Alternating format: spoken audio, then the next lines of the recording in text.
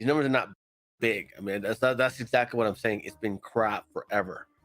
Uh, a lot of my regulars are not getting notifications and things like that. So I think it's going to be another circle.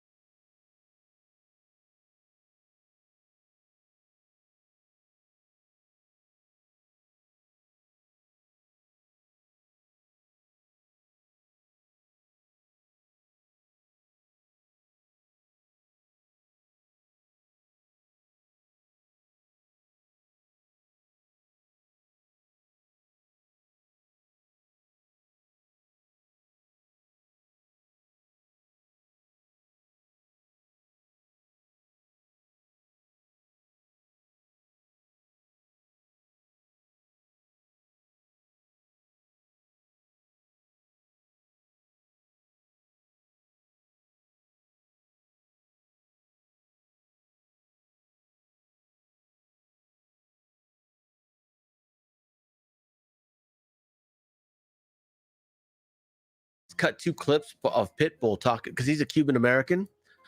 And apparently Jeff Bezos is as well, and he's calling on Jeff Bezos to help Cuba. And I don't think Jeff Bezos will. I guess deep state, you know.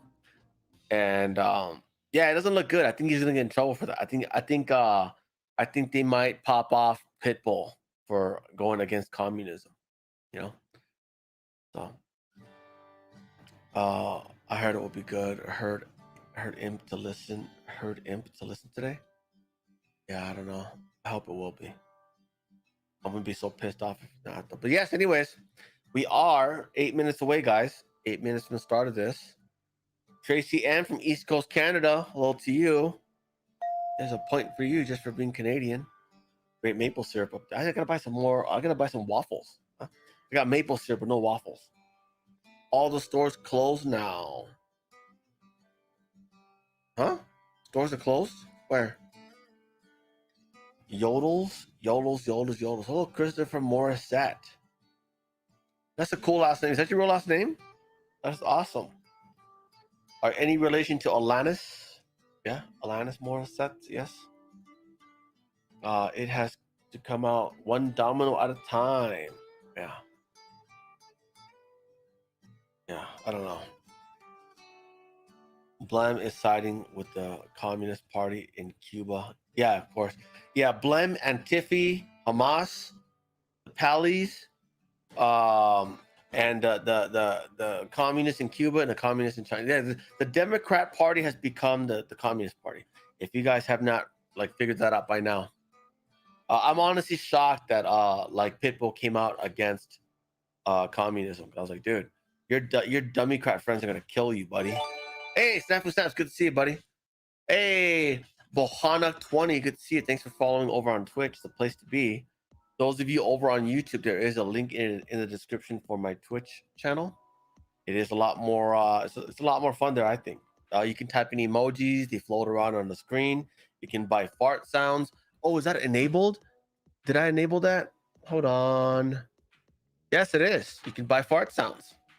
You can pay money. 80% of it goes to me. So thank you if you do. And 20% goes to the developers. And yeah, you can buy fart sounds, guys. Buy fart sounds. Yes, Lynn says support your local pet hunter. Yes, thank you very much.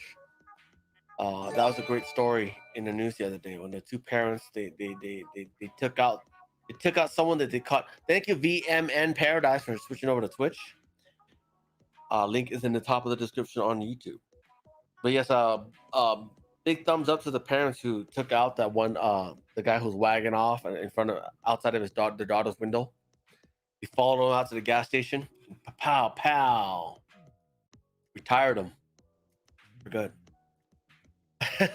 You can buy all sorts of things. You can buy applauses. You can buy like just people screaming hello Xer J Zeus X. Thanks for following over on Twitch. Honeybee, good to see you. Hello to you over on YouTube. Yeah. Dale Hannum, good to see you. Both partas. That 20% goes to the hardworking butt. Hardworking butt? Huh?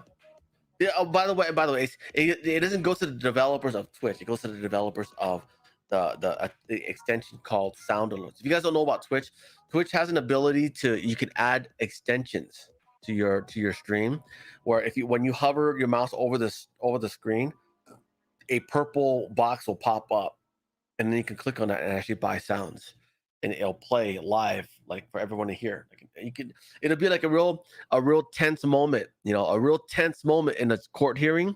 Your Honor, I am not guilty, and then you could buy that awkward fart that goes. Yeah. Oh, it's hilarious. Hilarious. How many times has that been done in the middle of a hearing? Yeah, I follow that feed too. Followed them for a long time.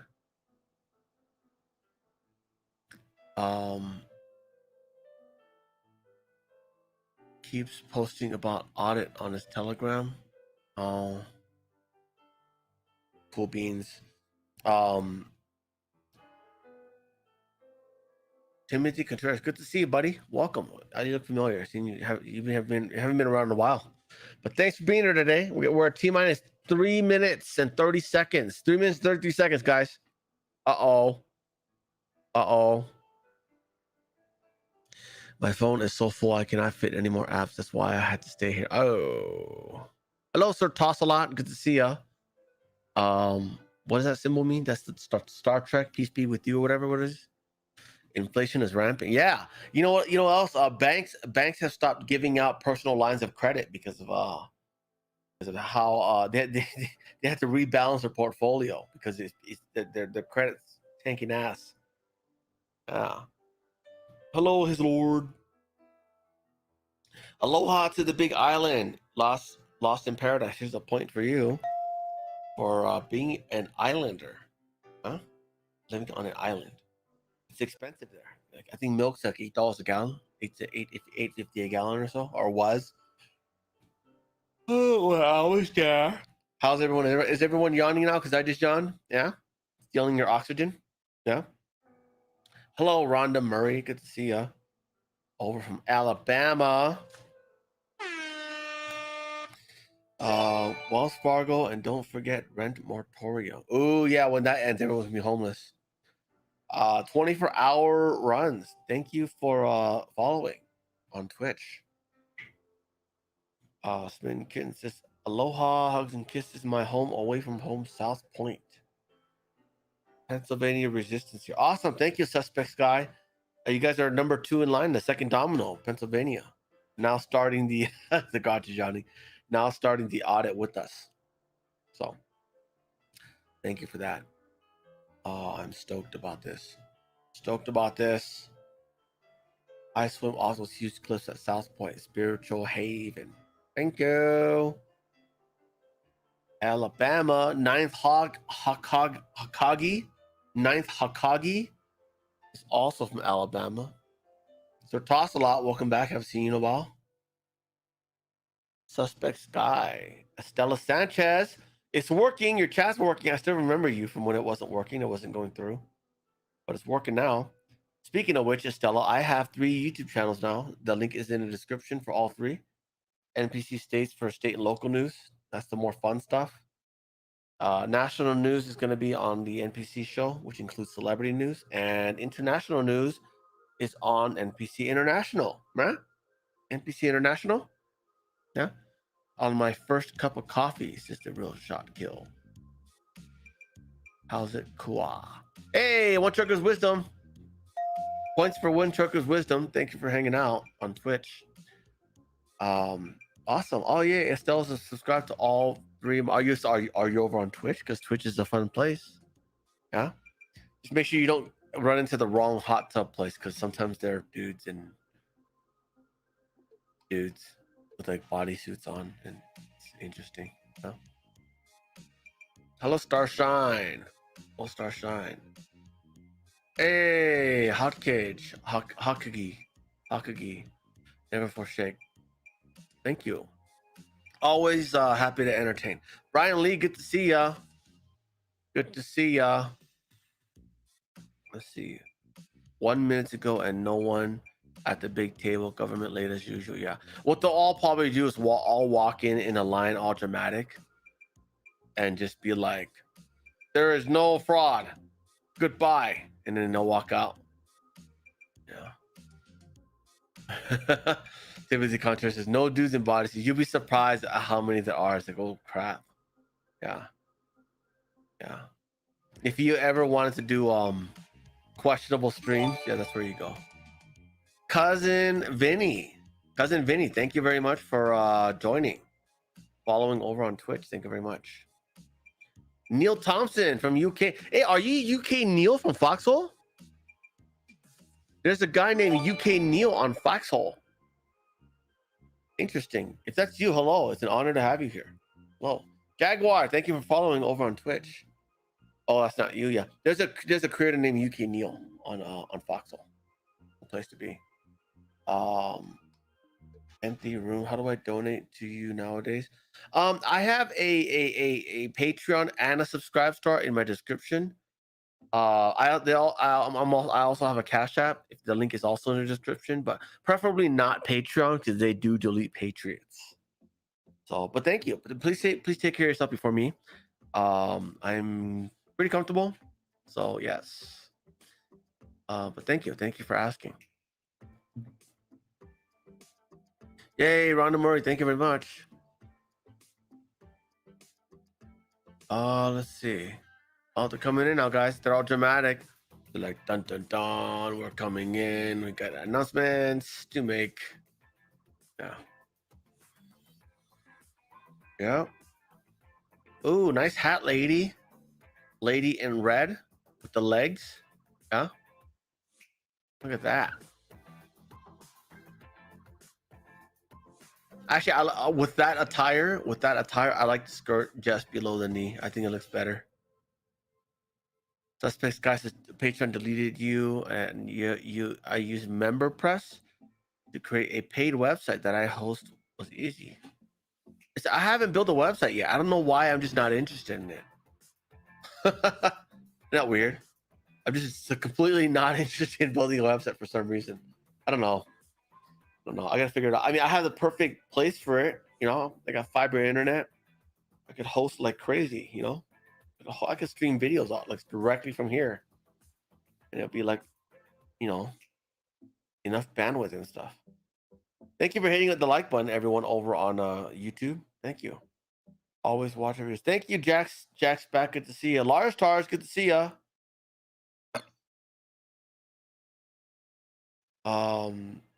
Stole my what is that? Stole my.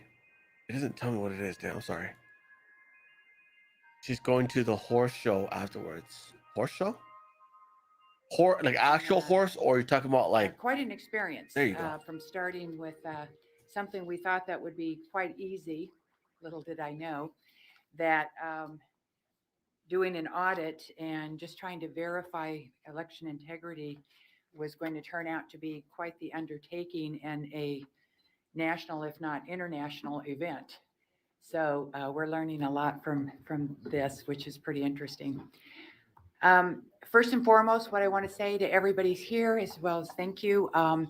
If anybody is having a difficult time with the live streaming portion, we are under the understanding that there are a lot of people that are wanting to watch this live, and maybe it is jamming the systems. And I'm looking for my note real quick that I just had.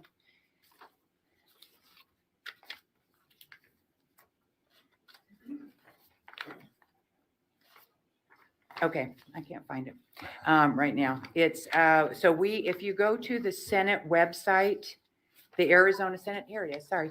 Our handle on Twitter is @AZ Senate GOP. Our handle on Facebook is @AZ Senate Republicans. On those two sites, you will be able to see a new link, an additional link, so that you may go ahead and sign on if you want. I've also been told that Real America's Voice, One America News, and Victory TV are all live streaming this as well. So there are 3 other options that you can watch. We are also taping this for future reference. You know, we always said that if we have to go to court We want to make sure that everything has been documented, and we want to make sure that everything is on the record. So this is being taped. I think I heard Mr. Borelli mention, please turn all of your phones on vibrate right now so we don't disturb our speakers. This is a Senate hearing for the Senate and the public. It is an update on the 2020 general election for Maricopa County. We will not be taking any testimony from the public. And the reason for this is an update and a briefing from the people that have been involved, the vendors and the people that are involved with this audit. As a Senate body, we felt that it was necessary for them to come in and tell us what's going on. It's taken longer than we anticipated, than anybody thought was anticipated. And we need to have some answers, and we need to know where we're going from here. So with that, Senator Peterson, to my right is Senator Warren Peterson. He is chair of the Senate Judiciary Committee. He and I have been working closely with this, and I'll let you start. Thank you, Madam President. So first, I think we just probably start with introductions. If the speakers who are here, as President Fan said, she's the Senate President. I'm the Judiciary Chairman, Warren Peterson. If we could just start with the three who are here to speak, if you could just introduce yourself and maybe provide us with some of your background and credentials. So we'll start here with Mr. Logan. Thank you, Chairman Peterson. I want to thank you, Chairman Peterson, and Madam President, for all of the support that you've given for the audit. I think transparency has always benefited our democracy, and it continues to be an honor to work with you to bring transparency to our election process. As you know, I'm Doug Logan. I'm the CEO of Cyber Ninjas. I've held several industry recognized certifications, such as the Certified Information System Security Professional, GIAC Web Application Penetration Tester, and the GIAC Certified Incident Handler. I have personally done work for companies such as JP Morgan Chase and Bank of America, and my company regularly works with Fortune 500 clients and the federal government. Specifically, our specialty is in application security, which allows us to be experts in complicated application systems, such as voting systems. For this reason, we're actually pulled into the work in Antrim, Michigan, and it was my team that helps assist Matt DePerno with a lot of the findings they've had associated with specifically election software. Thank you. Mr. Bennett? Yes, I'm Ken Bennett. I'm the Senate liaison to the audit. And I have an accounting degree from Arizona State University and have been a private businessman for 35 years with a variety of companies, including a 83-year-old family business up in the Prescott area. Served as the Senate president from 2003 to 2007, also as a senator 4 years prior to that. So 8 years in the state Senate from 99 to 2007. I also served as the Secretary of State for the state of Arizona from 2009 until 2015. And as I said, I have been asked to be the Senate's liaison to the audit. Thank you. Thank you. Mr. Cotton?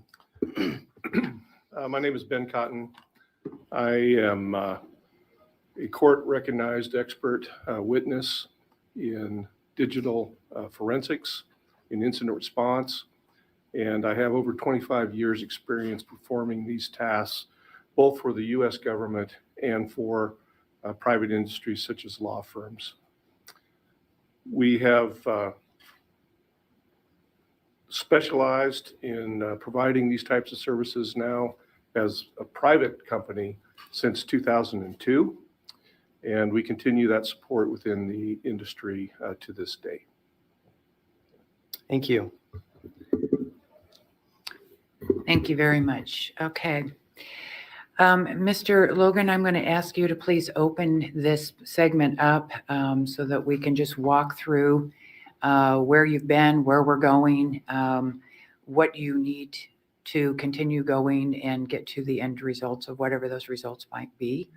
I know that from the get-go in the very beginning, we said that we were not going to release any information until the audit was completely finished.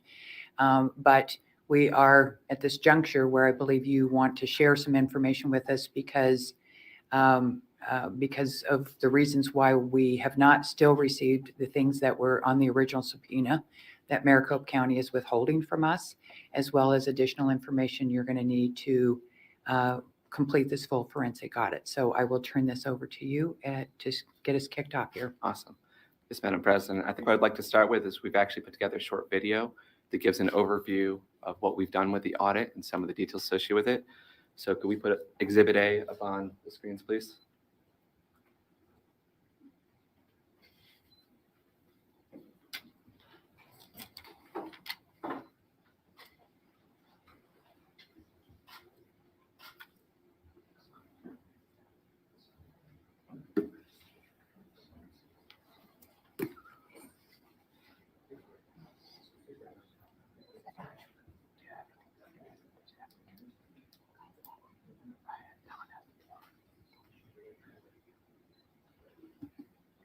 I think as all my years as a county manager and working at the executive level in local government, I've never seen a process so unprecedented than this audit. The transparency, the accountability, the integrity, and the overall chain of custody is something that is incomparable to any audit that's ever been conducted in the United States. It was an important part of the process in identifying the individuals to assist us in the audit. Background checks had to be done, social media vetting took place, but we didn't care what party you were, whether you were Democrat, Republican, Independent, Libertarian, far left, far right. As long as you entered the building with good intention, knowing that you were going to follow a sense of accountability, that you had integrity, and to do the right thing, this is what it was about. We wanted everybody in this building to be beyond reproach. With over 1,500 volunteers and 200 paid staff, we had people from all over the country in all walks of life. It was important because our chain of command was vital to the structural management process of the audit. We had vice presidents, we had managers, and then we had table managers. But people came from all over, from Pennsylvania to Iowa, from Virginia, Washington, D.C., and of course, the state of Arizona. We had retired FBI agents, retired IRS auditors. We had technical professionals. We had CEOs of companies, election workers, and supervisors. We had consultants. We had even a United States Air Force general who had retired, who spent every day working tirelessly to make sure the audit was done with quality. Although it was only Maricopa County residents who voted in the last general election that were able to count ballots and votes, it was important to know that everybody in that building was there for one common goal, and that was to validate the election results and seek out and find any vulnerabilities to provide feedback that would enable Maricopa County's election process to get better, or to provide findings to the Arizona Senate for them to take the necessary measures to restore confidence in the Arizona voter. We had many measures that were implemented to ensure the safety and security of the people within the facility. Badging was something that was very important, where a person to get into the facility had to present their badge, also a legal ID, and be on a list. Another important aspect to this was our COVID protocol, that we ensured that we did not have any issues pertaining to COVID. And people were required to wear masks while on the floor. Any visitors or state delegation personnel that came into the building were also escorted. We had first aid stations on hand, and we had a reunification site set up in the event we had to evacuate the premise. Training was very detailed and extensive. Everyone went through an orientation process before they broke out into their specialized training. If you went to a counting table, you learned what the spinning process was. You actually did a practice tally sheet. You learned what the positions were that were involved in processing ballots and taking ballots off, what table managers did and what pod managers did. If you went into paper examination, you went to a lab where you worked directly with the microscopes and the camera technology in processing the ballots, and the importance of making sure that qualitative images were taken while processing those ballots in the paper examination area. Buzzwords were often used, such as integrity, accountability, chain of custody, beyond reproach, and transparency. And this was the culture that was developed for anyone that stepped in this building. The floor operations had many different moving parts. We had the ballot corrals that stored the ballots and staged the ballots in different ways, from regular storage to staging for paper examination and for staging for further investigation. You had paper examination stations that would then take ballots from the box and process them to obtain the images that were necessary through DSLR cameras and 4 different microscopes that obtained information from each ballot. You had aggregation that would then take the results of the counting tables and input that data into the system to ensure that the proper counts were correct during that process. Ballots didn't move without 3 things: people, paper, and observation. The people who moved them, the paper trail with the chain of custody that followed it, along with the camera observation that did not at any time allow a ballot box to not be seen. The handling of ballots was also very important. Once a ballot box was cut open and the ballots were removed, it was important that we ensured that the ballots were put back the exact same way they were pulled from each of the ballot boxes. Our goal was to make sure that Maricopa County received the boxes back with all the artifacts in it, along with the order of the ballots, the exact same way that we received them. I think with all the outcry of concern the election results displayed, it was important for the Arizona Senate to bring in an independent to evaluate the results. This was done in a way that was unprecedented, that had never been done before with the detail and the forensic side of the audit. But it was also important to be done in a bipartisan effort with the intent to provide feedback to Maricopa County to enable them to get better in their election process, or to provide findings to the Arizona Senate to enable them to create measures that would ensure that in the future that the residents of Arizona could have confidence in the election process. Thank you. That just gives a brief overview of really our heart in doing all this. We've tried to design everything to implement the biblical concept of beyond reproach, so that we would not even have the appearance of evil in anything that we did. The amount of live streaming we have there has been unprecedented. I do not know of another audit that has had so much transparency and video captured. We actually captured, with all our data, over 2 petabytes of data. For you don't know, 1,000 terabytes ends up being a petabyte, and the vast majority of that was video footage. So we have accountability in every action that took place on that floor. There's a lot of great American patriots.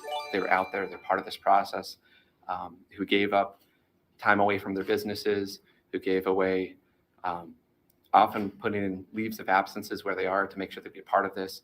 I think in total we had over 1,500 people involved in the audit process. Of those, about 1,100 of them were actually volunteers. They're just doing there to do their patriotic duty to make sure that we have integrity in our election process. We had, I think it was over 80,000 hours, working hour or man hours of time that was spent in what we did. At this stage in time, we have tallied all of the ballots. We've done paper examination on all of the ballots, and that data is still being worked through. The only thing that we have left is we're working through some of the last bits of aggregation to make sure all these numbers are perfect, because we totally understand how much focus is on us right now and how important this is to our country and really to our nation. And we want to make sure that everything we do is as spot on, as accurate as possible. Thank you very much. I'd like to interject just something at this time that I wanted actually to say in our opening remarks, just for the record, because we do know that there's been some misinformation out there. And we have said from the day one, and I'm glad to see some of my fellow senators here in the audience with us, because it is our entire Republican Senate body that wanted to pursue this. the important thing that we wanted to make sure everybody knew, which we told you as well in the very beginning, is this is not about Trump. This is not about overturning the election. This has never been about anything other than election integrity. This is the epitome of what America stands for. And if we do not have faith and confidence in our electoral process, then everything we do in life is jeopardized. There was a poll that was recently done that 45% of people in Arizona, according to that poll, believe that we have serious problems with our elections. Whether that is true or not, whether they are rumors, unfound accusations, or legitimate problems for whatever reason, as a Senate body, we felt that it was our obligation and our duty to answer our voters, our constituents, answer those questions and either confirm what they were afraid of or thought or heard, or that we prove that those things were not true so that they could go back to the polls and they could vote with confidence, knowing that their ballot is sacred. I just wanted to make sure that everybody is fully aware that all this is about is an election integrity. And are we following the rules? Are we following the procedures? Have we done everything we possibly can to make sure these are fair, clean, honest elections? If we do find anything, not us, but you as a vendor, if you do find anything of whether we can pass laws that would help ensure that we have more integrity in the future, if our procedures perhaps are lacking in some way, this is a great opportunity for us to be able to say, let's fix that, because that's what the Senate body does. We pass laws. We have accomplished this because the Constitution gives us the right to subpoena information for the purpose of passing laws. And with that information gives us the tools to be able to either tweak existing legislation or create new legislation to make sure that the sanctity is always there. So I just wanted that on the record. Mr. Bennett, I am going to Yes. go to you next. I want to hear, thank you so much. You have volunteered your time for many, many weeks here, free of charge. And with your past experience, it was great to have you step up to the plate and offer to be our Senate liaison, particularly since we were still in session and we could not be there. Because of your expertise as being a past Secretary of State of Arizona and a Senate President prior to me, I would like to get your take, and we would like to know what happened when the ballots arrived, what was the process you observed, and help us walk through that stage. So I'm turning it over to you at this point. Okay. And I should start probably by thanking others who have assisted me in the liaison process. Julie Fisher, Randy Pullen, John Brakey, Brandon Slayton, and probably others have been a tremendous help in overseeing this process and interfacing between the Senate and the audit. So I'll speak primarily to the chain of custody. We received the ballots and the equipment on 2 days, April 21st and April 22nd of this year. The equipment arrived mostly on the 21st, and I think there were a couple pallets that came with the ballots on the 22nd. I want to give compliments to Maricopa County. They were very professional in the transfer of the chain of custody from them to us. Co-elections Director Scott Jarrett was very professional, along with several of his staff that helped in that process. We received 1,691 boxes of mostly ballots, but other items. And with Mr. Jarrett and his staff's help, we worked through every one of those and checked every box. We worked through some minor discrepancies that we resolved. There were 26 mismarked boxes. There were 8 boxes present on the ballots that were not on the manifest.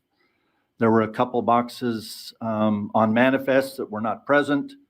I think there were 3 boxes that were on different pallet numbers than the manifest indicated they were, but we located them on other pallets.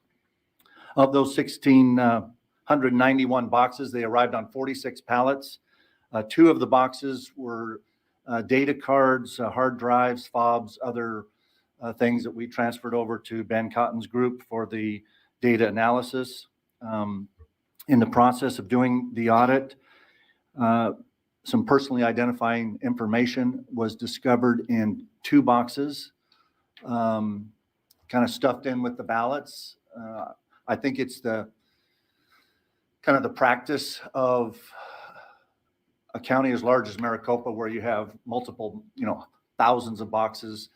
They have to make sure that those boxes are filled to the brim, so that if that box ends up on the bottom row of a pallet and there's 4 stacked on top of each other, that they can hold the weight. So they kind of build bricks, as one of my assistants kind of calls it, where you make sure that the boxes are full. And in a couple of the boxes, we found a variety of counter slips, I think was the first box that we ran into. And the auditors took great care in making sure that no personally identifiable information was compromised. So we took personally identifiable information out of 2 boxes and segregated those in their own 2 boxes. We found personally identifiable information in the spoiled ballot boxes, and that ended up creating 16 new boxes of PII, as we called it. In 2 of the Braille ballot boxes, we found UOCAVA ballots and even some other ballots. I think Doug might talk to that in a little more detail as to the number of those. But so we separated those, and that created 2 more boxes. And then eventually, Cipher, after going through the equipment, returned the 2 data boxes that they had. So we went from 1,691 boxes at the beginning to now we have 1,711 boxes on 47 pallets. As far as the equipment, we received the 9 high volume scanner machines, 4 called High Pros and 5 Canons, 20 adjudication stations, 4 EMS workstations, and the EMS server, along with some other miscellaneous equipment. That was on 16 pallets. Again, we received that on April 21st. Every pallet and every box on the pallet was co-signed by Mr. Jarrett and myself, as were the 1,691 boxes that I mentioned earlier. We also received 385 precinct tabulators. Those were on 24 pallets. Well, not pallets, I guess you would call them racks or rolling carts. And so we identified each and every one of those by serial number. The 9 high volume machines, adjudication station, the 20 adjudication stations, the 4 EMS workstations, and the EMS server. Mr. Cotton's company collected the forensic data off those, and he'll speak to how they did that to make sure that none Mr. of. Bennett, if I could just interject, could you tell everybody what EMS? I'm sorry. stands for? EMS is the election management system. Thank you. Ben will speak to how they collected that data using equipment that could read only and do no damage to the original evidence that the copies were made from. The high volume machines, the adjudication stations, the election management system workstations and servers were returned to the county on April 30th. So we had the equipment about 9 days, or at least those pieces of equipment. We would have returned the other 385 precinct tabulators, but I think Ben will speak to that as well. We still do have the precinct tabulators. Both the equipment and the ballots were in locked cages during the entire time that we have possessed the ballots and equipment with limited access. I think most of the time there are probably maybe 2 people that had keys to the ballot corrals, we call them. Armed security outside every time. Yeah, we also had 24-hour guarded armed security, both inside and outside of the building. We had 24/7 live stream on the ballots and the equipment during the entire time that they've been in our possession. Doug spoke earlier that that's a very significant part of the 2 petabytes or whatever you said was of data that we have collected. While we have had the machines and the ballots in our custody, we have continuous and complete chain of custody on every box and every machine. Even and especially during the time when we had to move over to the Wesley Bolin building and store the ballots and machines while the Coliseum was used for the high school graduations, the return back to the Coliseum, and now we're back at the Wesley Bolin. But during all that process, we have had continuous and complete chain of custody while everything has been in our possession. It was shown on the video that every time a box moved somewhere on the floor, it was signed out by somebody in the corral to somebody who took it to a table. It was received at that table by signature. So every time a box moved, 2 people signed for it, and then the reverse when it was returned. And just kind of for your information, when we returned these boxes, most of what we received were boxes sealed with regular packing tape. I think there were 52 boxes that were used in the hand count audit by Maricopa County that were sealed with tamper evident tape, but the other 1,600 and some odd boxes were just sealed with regular packing tape. It's our intent and commitment that when we return everything to Maricopa County, that we will reseal the boxes. And as the video stated, we've gone to great lengths to make sure that the same ballots that were in the boxes when we received them are in the same boxes when we return them. And I think in the same order that we found them. When we close these boxes in the next few weeks and return them to Maricopa County, we will do so with tamper evident tape to seal the boxes, and then a numbered seal across the top opening that will be recorded with each box, so that there's a tamper evident tape and a numbered seal that will be on every box that we return. And I think that speaks primarily to the chain of custody. At some point when we talk about things that maybe we ought to be considering as far as statutory changes or improvements, I can talk about some of the things that the Election Procedures Manual of the state of Arizona and our state statutes require as far as the storage and security of ballots. Can we go ahead and do that wanna do now, some of that? since we're on Okay. the subject of chain of custody and storage? Well, one of the things that we subpoenaed that has not been provided is the chain of custody that should have been created when ballots were received by Maricopa County and while they were going through the process of the election. If you go to chapter 8, I think it's V5, Roman numeral 5, subsection E, storage and security of ballots, it reads that official ballots must be inventoried upon receipt and prior to distribution to voting locations. Item 2 is they must be accessed by election staff only to the extent necessary to perform their authorized task. A key one, though, is 3rd, they must be stored in locked, secured location that prevents unauthorized access, as we have done. And in that number 3, it says it must be documented with a written log or with electronic keypad access that indicates the date, time, and identity of the person accessing the ballots. 4th, must be witnessed by 2 or more election staff members of different political parties if possible when being moved or transferred, which includes an inventory of the ballots before and after the move or transfer. And then the last item is very important as well, since we use ballot on demand printers in many of the counties around Arizona, that the officer in charge of elections shall also implement reasonable security procedures for auditing and accountability of blank ballot stock for use with on-demand printers. So part of what we have been trying to get, in addition to the ballots themselves, is a chain of custody from the very beginning of the process when the county took ballot stock and or pre-printed ballots from their vendors, and a chain of custody ever since then, which is still forthcoming.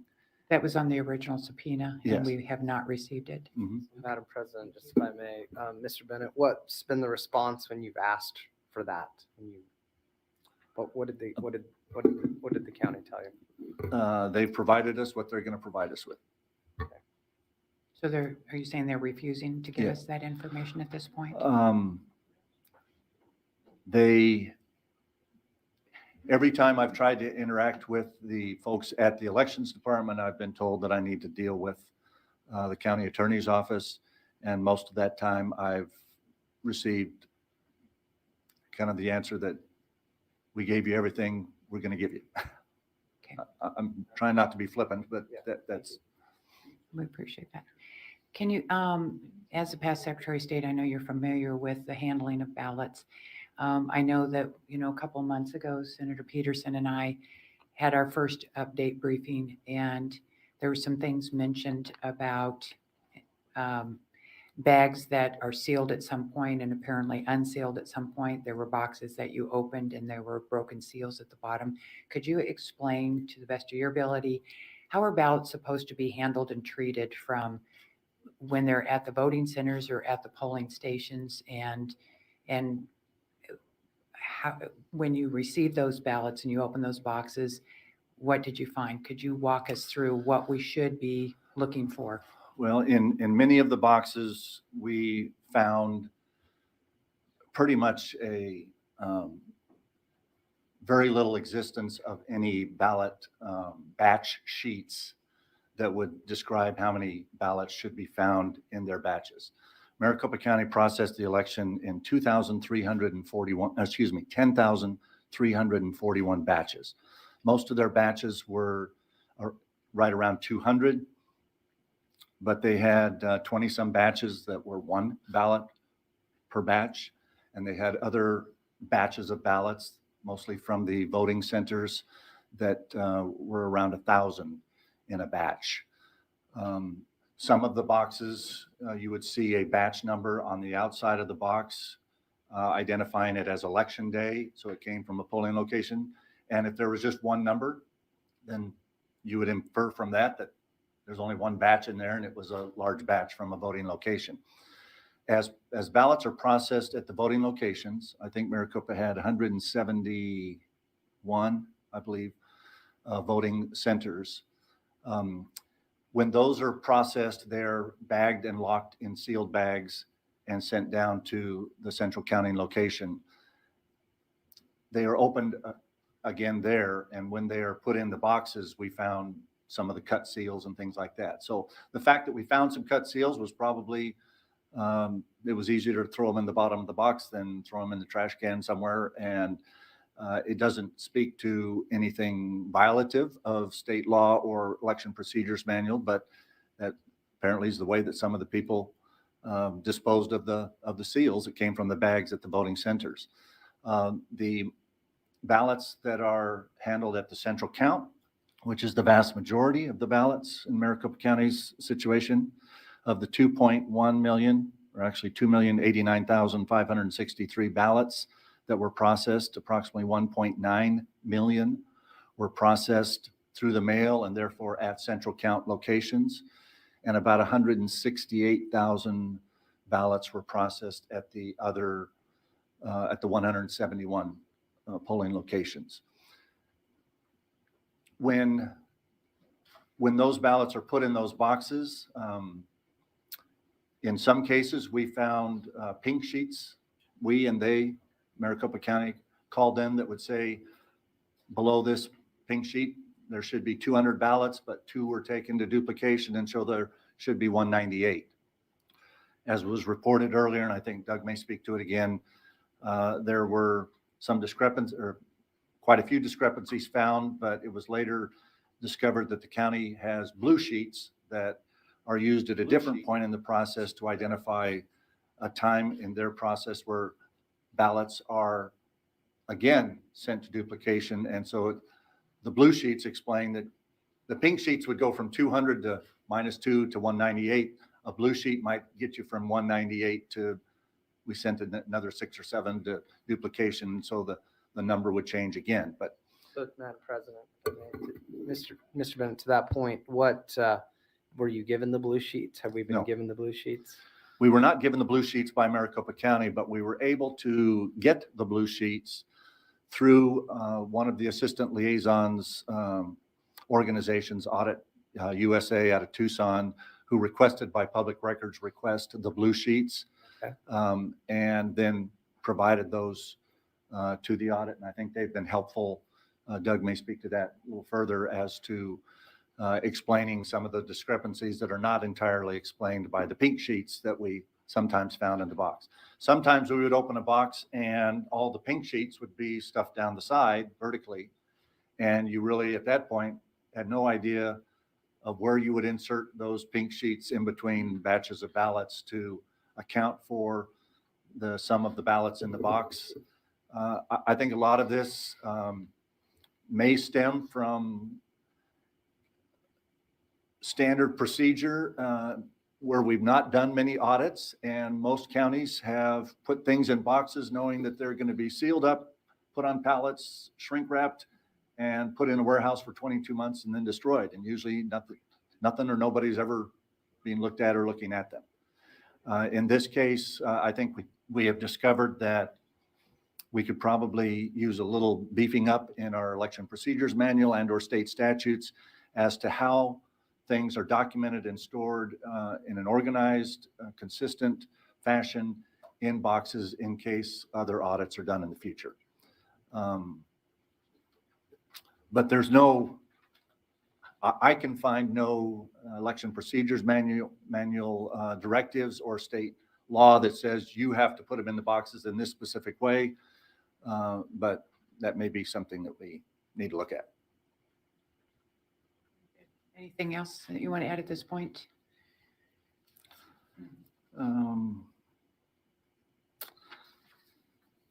We'll have a Only other chance to thing, come back with you if you do need. Yeah, the only other thing I guess that I was personally involved in on a couple of, not the only other thing, but an other thing that I was called to one of the counting tables is when we started opening duplicate ballots. There was almost one whole pallet of ballots that were called original/damaged ballots sent to duplication. And then there was quite a few boxes, mostly on one pallet, but scattered amongst 3 or 4 other pallets where the duplicates were supposedly there for the duplicates that were sent to duplication. So if a ballot gets damaged and has to be sent to duplication, there is a very specific process in the Election Procedures Manual, Chapter 10, Roman numeral 2, Section 3, Procedures for Duplicating a Ballot. This stems precisely from ARS 16-621A, which says that they are to record an identical serial number on both the original and duplicate ballot, including spoiled duplicates. This ties the ballots together and creates a paper trail as required by the statute ARS 16-621A. We found, I would have to say, thousands of duplicate ballots where those serial numbers are not on them. And so it has created great difficulty to try to match up a duplicated ballot to its duplicate. And on thousands of the ones that a serial number was put on, they were put on by a, I guess you would call it like a dot matrix printer, very, very light. And unfortunately, they ended up being printed on the ballot on the top, usually top right part of the ballot, where the black square alignment marks are on the ballot. And so if a very light gray number is printed on little black boxes that are 1/4 of an inch apart, you see one number and you miss the next, and you see the number and you miss 2. And it made for some very difficult matching of duplicated ballots and their duplicates, which, as I just read to you, one of the most important things you need to do when you duplicate ballots is reflect a serial number on both the duplicate and the duplicated, so that you can do 2 main things. 1, make sure you have 1 for every one of the other, and 2, make sure that you can look at the votes reflected on the duplicated ballot and make sure that they reflected those correctly from the ballot that was damaged and was duplicated. So without those serial numbers, it gets very difficult. We found some nice bright red serial numbers on many, but some very difficult to deal with light black numbers on many others, and none whatsoever on many others. If the corresponding numbers aren't on there, how would you know whether it was duplicated once or 10 times? You wouldn't, Okay, thank you. unless you meticulously kept track of the total number in each group, which I think Doug's organization has done, Okay. to see if the totals match at least. You said that when we return these ballots, I'm hoping that you guys and will help make sure that they are given to the Arizona County Treasurer. It's my understanding that. Maricopa County Treasurer. Right, the Maricopa County Treasurer. It's my understanding that our statutes say that they're supposed to be turned over to the treasurer at a certain point, and they were not. Are you well aware of that Mhm. as well? Yes. Yes, okay. When we return those, you mentioned that you were going to put tamper evidence tape with a numbered seal on that. Mhm. You also mentioned that everything you have done, you have put back in order. Mhm. And you mentioned everything has been filmed with all of these petabytes of stuff. So if anybody opens those boxes, we will know that somebody has opened those boxes. And everything that you have just said, and if anybody needs to see that themselves upon court order or whatever, we will be able to not only view that on film, video, but we could also go to the physical evidence and break that seal, hopefully under court order, and go directly to exactly where you have said this has happened. Is that correct? Yes. Great, thank you. Okay, Mr. Peterson, Senator Yeah. Peterson, I'll turn this over to you at this Thank you. point. Yeah, Madam President, I'd like to jump into the cybersecurity, the digital evidence, if I may, if that's okay with you. Mr. Cotton, what so far has been completed for the digital forensics portion of the audit? So we have completed the forensics acquisition of all of the items that Mr. Bennett just mentioned that were provided to us by the county. And I'd like to take a moment to walk through that process a bit to help everyone understand the forensics fidelity and the standard of care that we took to ensure that there were zero, and I repeat, zero changes to any of the original media or devices. Okay, go ahead. So as part of the imaging process, first of all, chain of custody is extremely important, as we previously discussed with the ballots. That standard of care also was transferred into the digital imaging and preservation of that data. So upon receiving each of these digital devices, we filled out an evidence acquisition form that started the initial chain of custody for the acquisition within the digital forensics and analysis piece of this audit. On that form, we carefully recorded all of the serial numbers. We then leveraged what is known in the industry as a write block device. Now, a write block device is used, and as a matter of fact, How is right spelled? so write, W-R-I-T-E. Right, as in right. As Okay. in write. Okay. And the sole purpose of this device is to prevent any modification of the original evidence that is plugged into it. Okay. This is accepted within our judicial system as the methodology needed to be utilized for anything to be admitted into court and to maintain that standard of care for the digital forensics chain of custody. As part of that acquisition, we then took a bit-for-bit copy, forensics copy, of each of the digital devices. At the end of that copy, we applied what is known as a MD5, a Machine Digest 5 hash value to that acquisition. Now, when you think about that, it is a digital fingerprint of that evidence that we just acquired. If anyone changes even one bit of data within that evidence file, it will totally invalidate the MD5 and create a totally new signature on that particular piece of evidence, okay? So for every device that Mr. Bennett mentioned that we imaged, we performed that exact process. We know who imaged it, we know when they imaged it, we know where it was imaged to, and that is a controlled item within our evidence and chain of custody handling procedure. We then took those digital copies and we maintained one of those digital copies as primary evidence. And so we locked that away in a US government GSA approved safe to ensure that no one would access it and that it is there as the primary evidence for the basis of our analysis. We then created examination copies that we have used for the determination of the cybersecurity status and other aspects of those systems. Okay, so I must reiterate, not a single bit of data was ever changed on any device that came into our possession.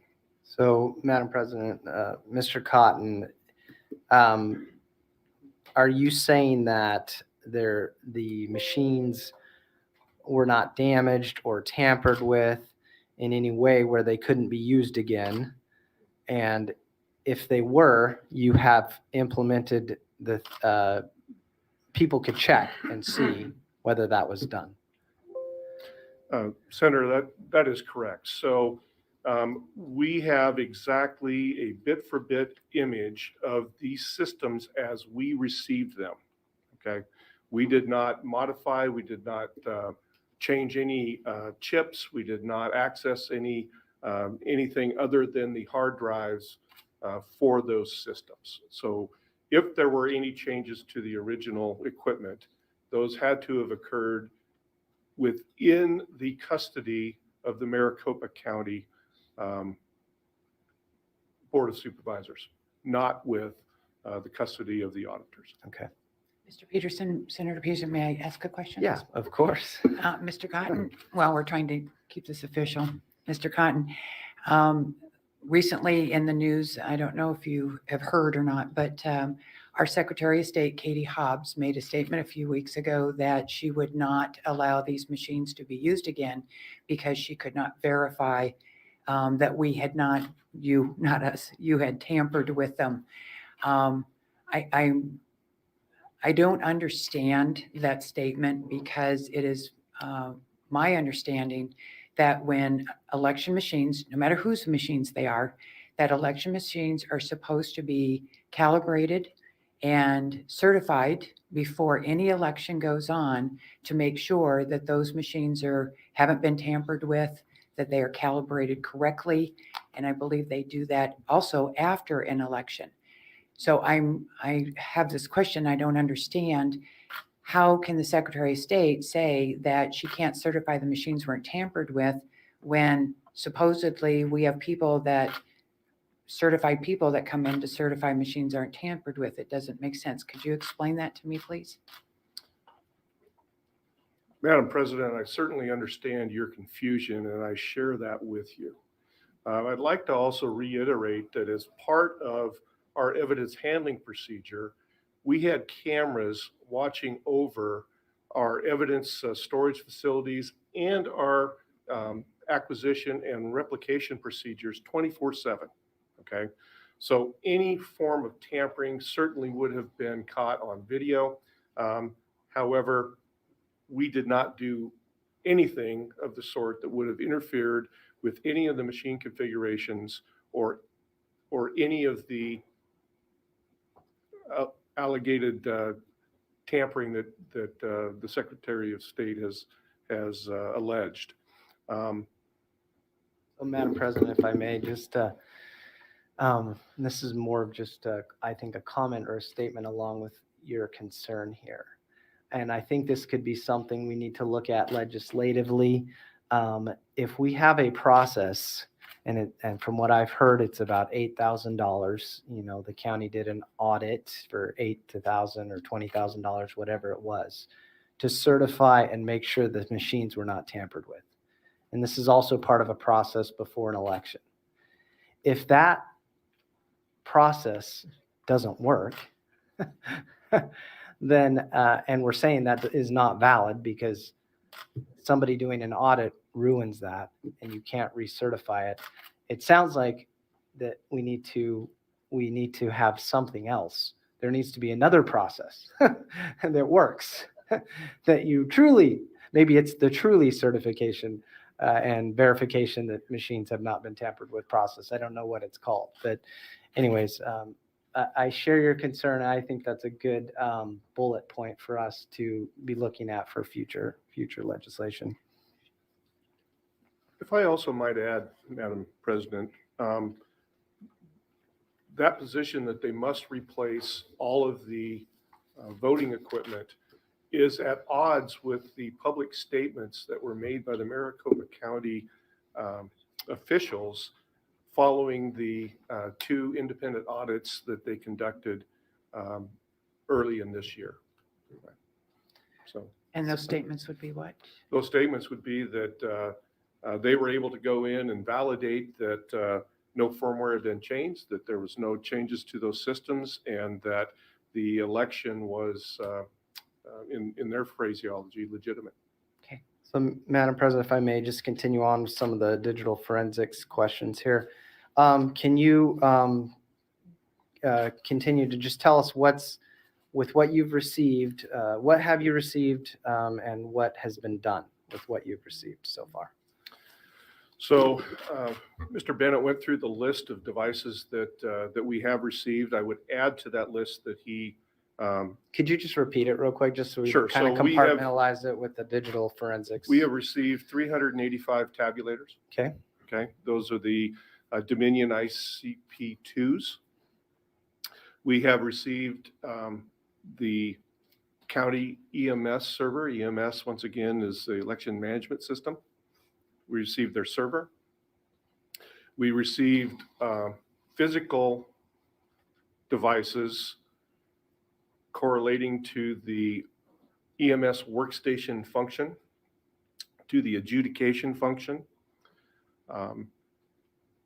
We have received 11 hard drives that contained cloned images of various other systems within the EMS ecosystem/network.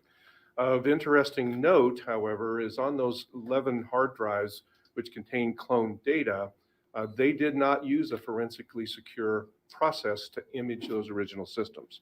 So the dates and times on those cloned systems were altered by their cloning process. So just as an FYI. With all of the digital devices that we have received, whether in physical or digital form, we have created a forensic copy of each one of those devices as prescribed in the procedures that I just outlined to you. Okay. We have taken those digital forensics copies and we have conducted keyword searching across them, looking for internet connections, looking for anomalous or unauthorized connections into the system. We have conducted searches looking for malware on those systems. We have also created virtual systems of those forensics images to conduct live memory analysis on those virtual systems. And that's where we are today.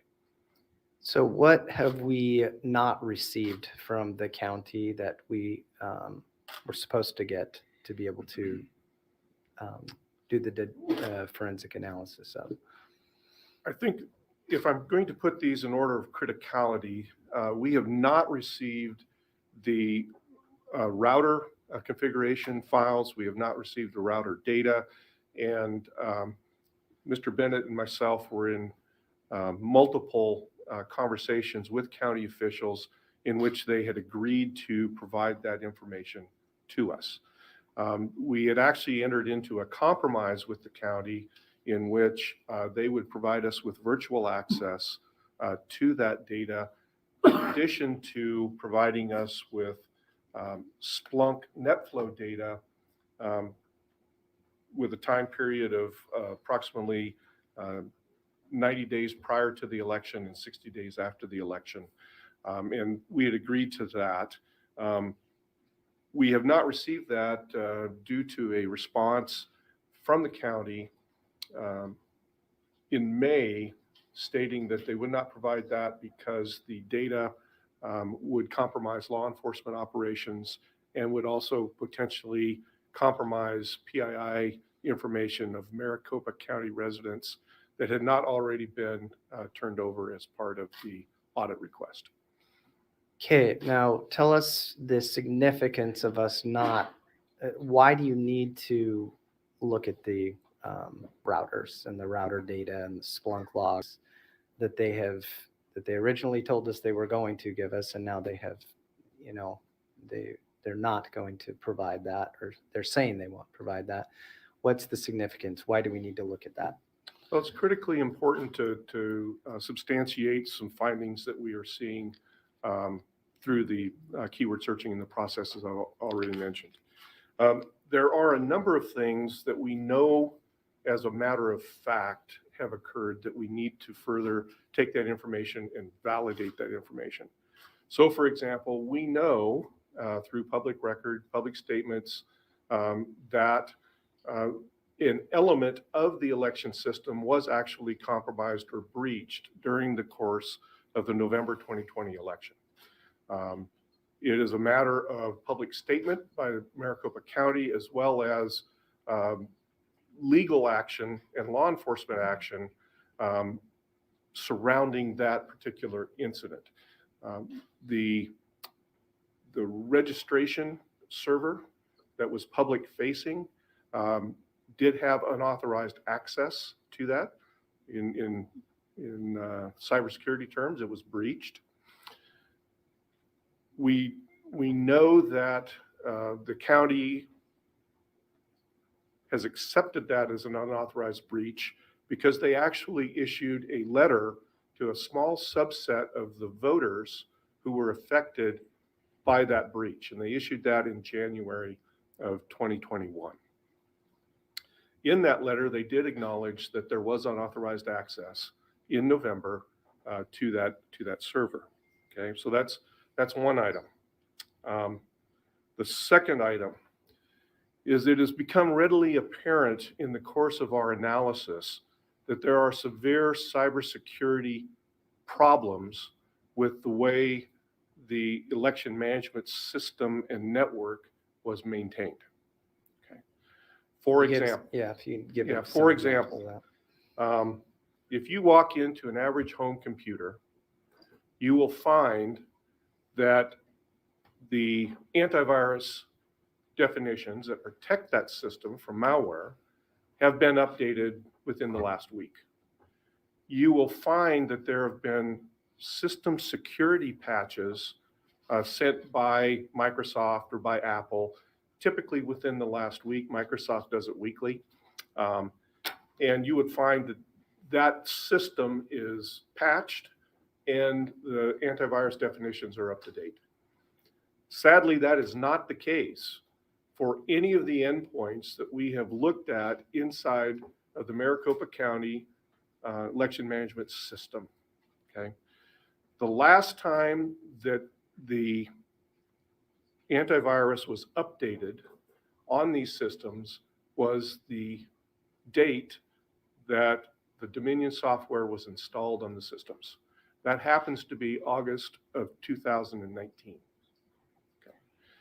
There have been no operating system updates or patches on this system since that same date. What that creates is a tremendous vulnerability to anyone who could get access through a system such as if, for example, the registration server was serving as a jump box. In other words, it was dual network so that it was public facing and also private facing into the election system. If someone accessed that system, they would have no difficulty at all effectively penetrating and gaining system level access at the current patch state and antivirus state of these systems.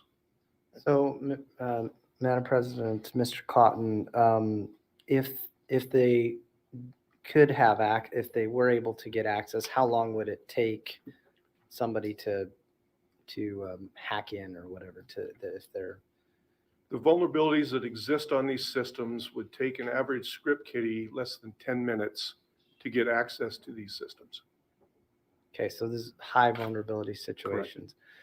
So we need to get the routers. It's clear we need to get the routers. We need, even if it's just a report, they can scan it, they can look at it, they can do whatever they need to do to make it safe.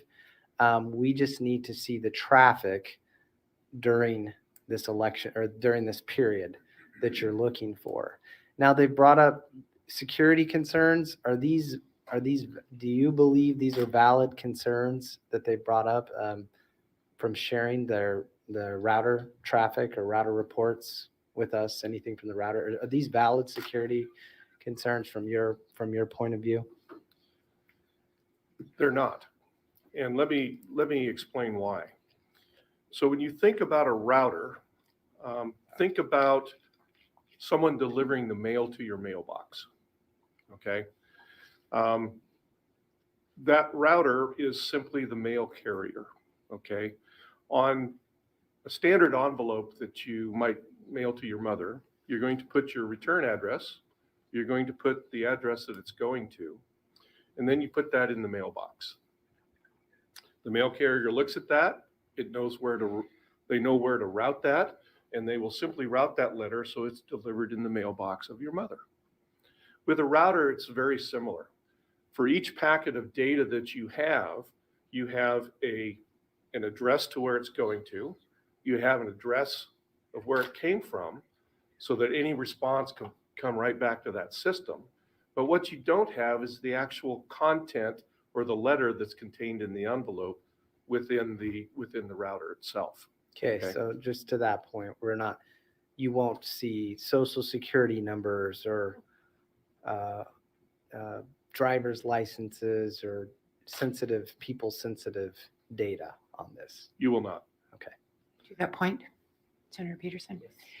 So when we're talking about the addresses, is this what is known as the IP addresses? Am I on the right track on this? Yes, ma'am. So it's actually a combination of two elements. One is the IP address, which everyone's very familiar with.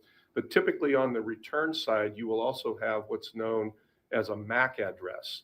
And that is a unique identifier for the communicating device that actually sent the packet. Okay, so for example, if you've got a wireless phone, your wireless modem has a unique MAC address, so that if you're behind a home router or something like that, it will know where to deliver that return packet to. One of my Sure. concerns, I'm sorry. Oh, go ahead. Please.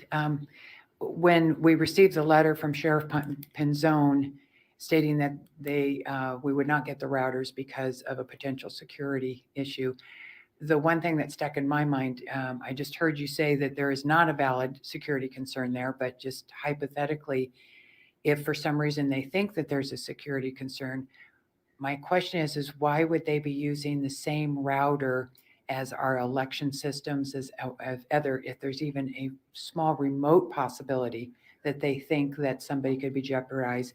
Why are we sharing routers with other agencies? Why don't they have their own personal secure router? Ma'am, I can't answer why they shared that space, but once again, this is one of those situations where what they've told the public is drastically different than the apparent reality in response to a legal subpoena.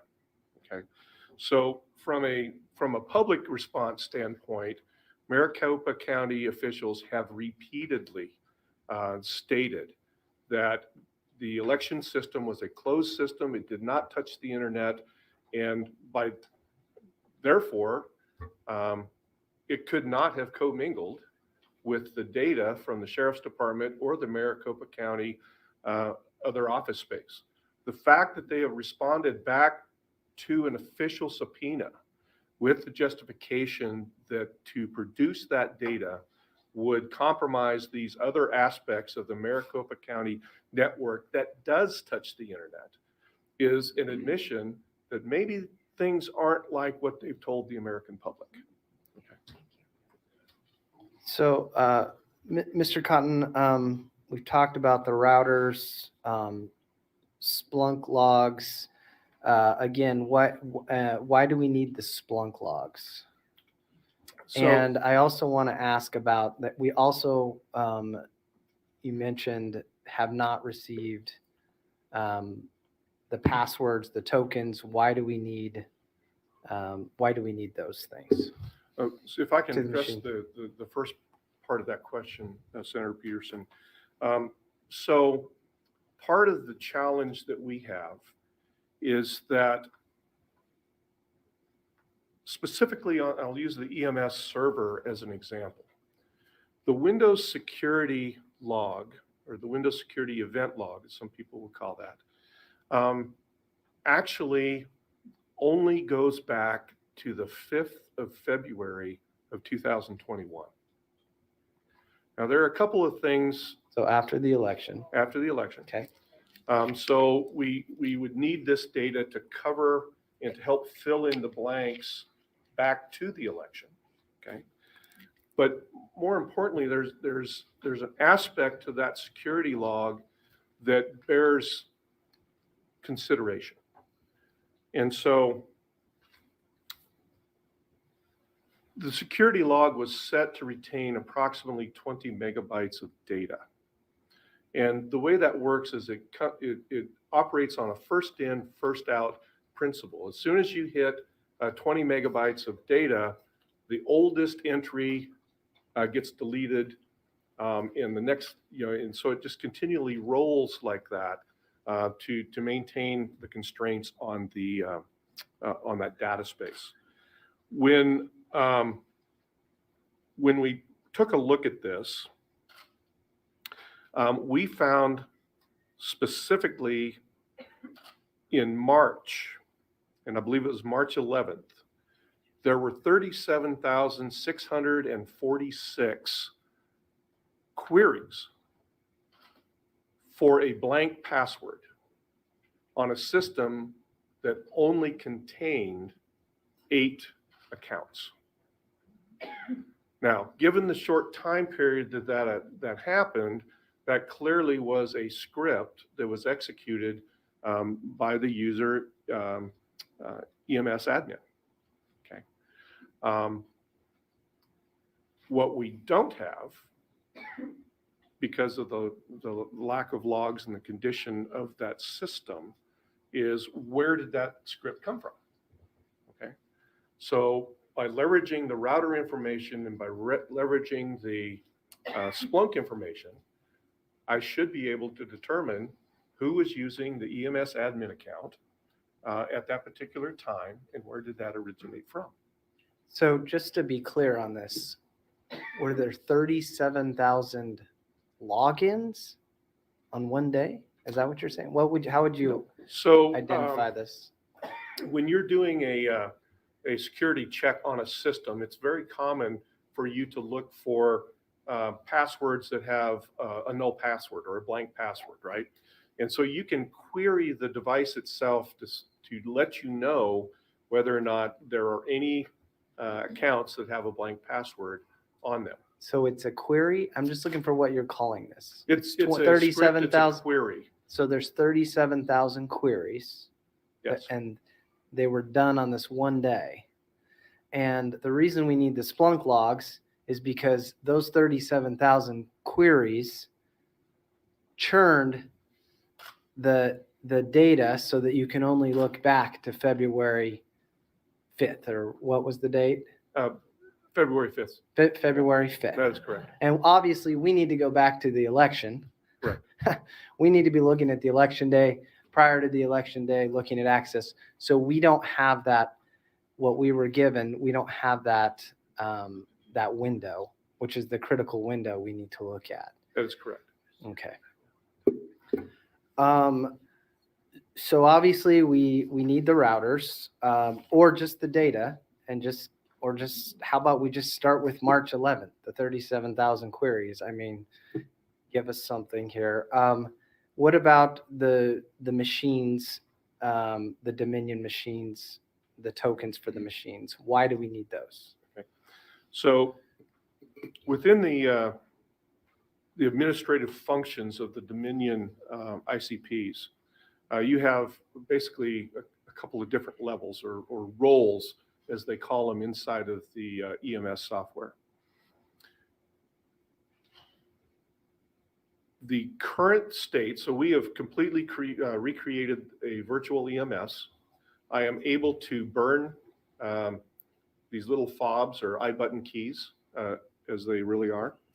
And those give me security access at whatever role I'm permitted to burn inside of the EMS.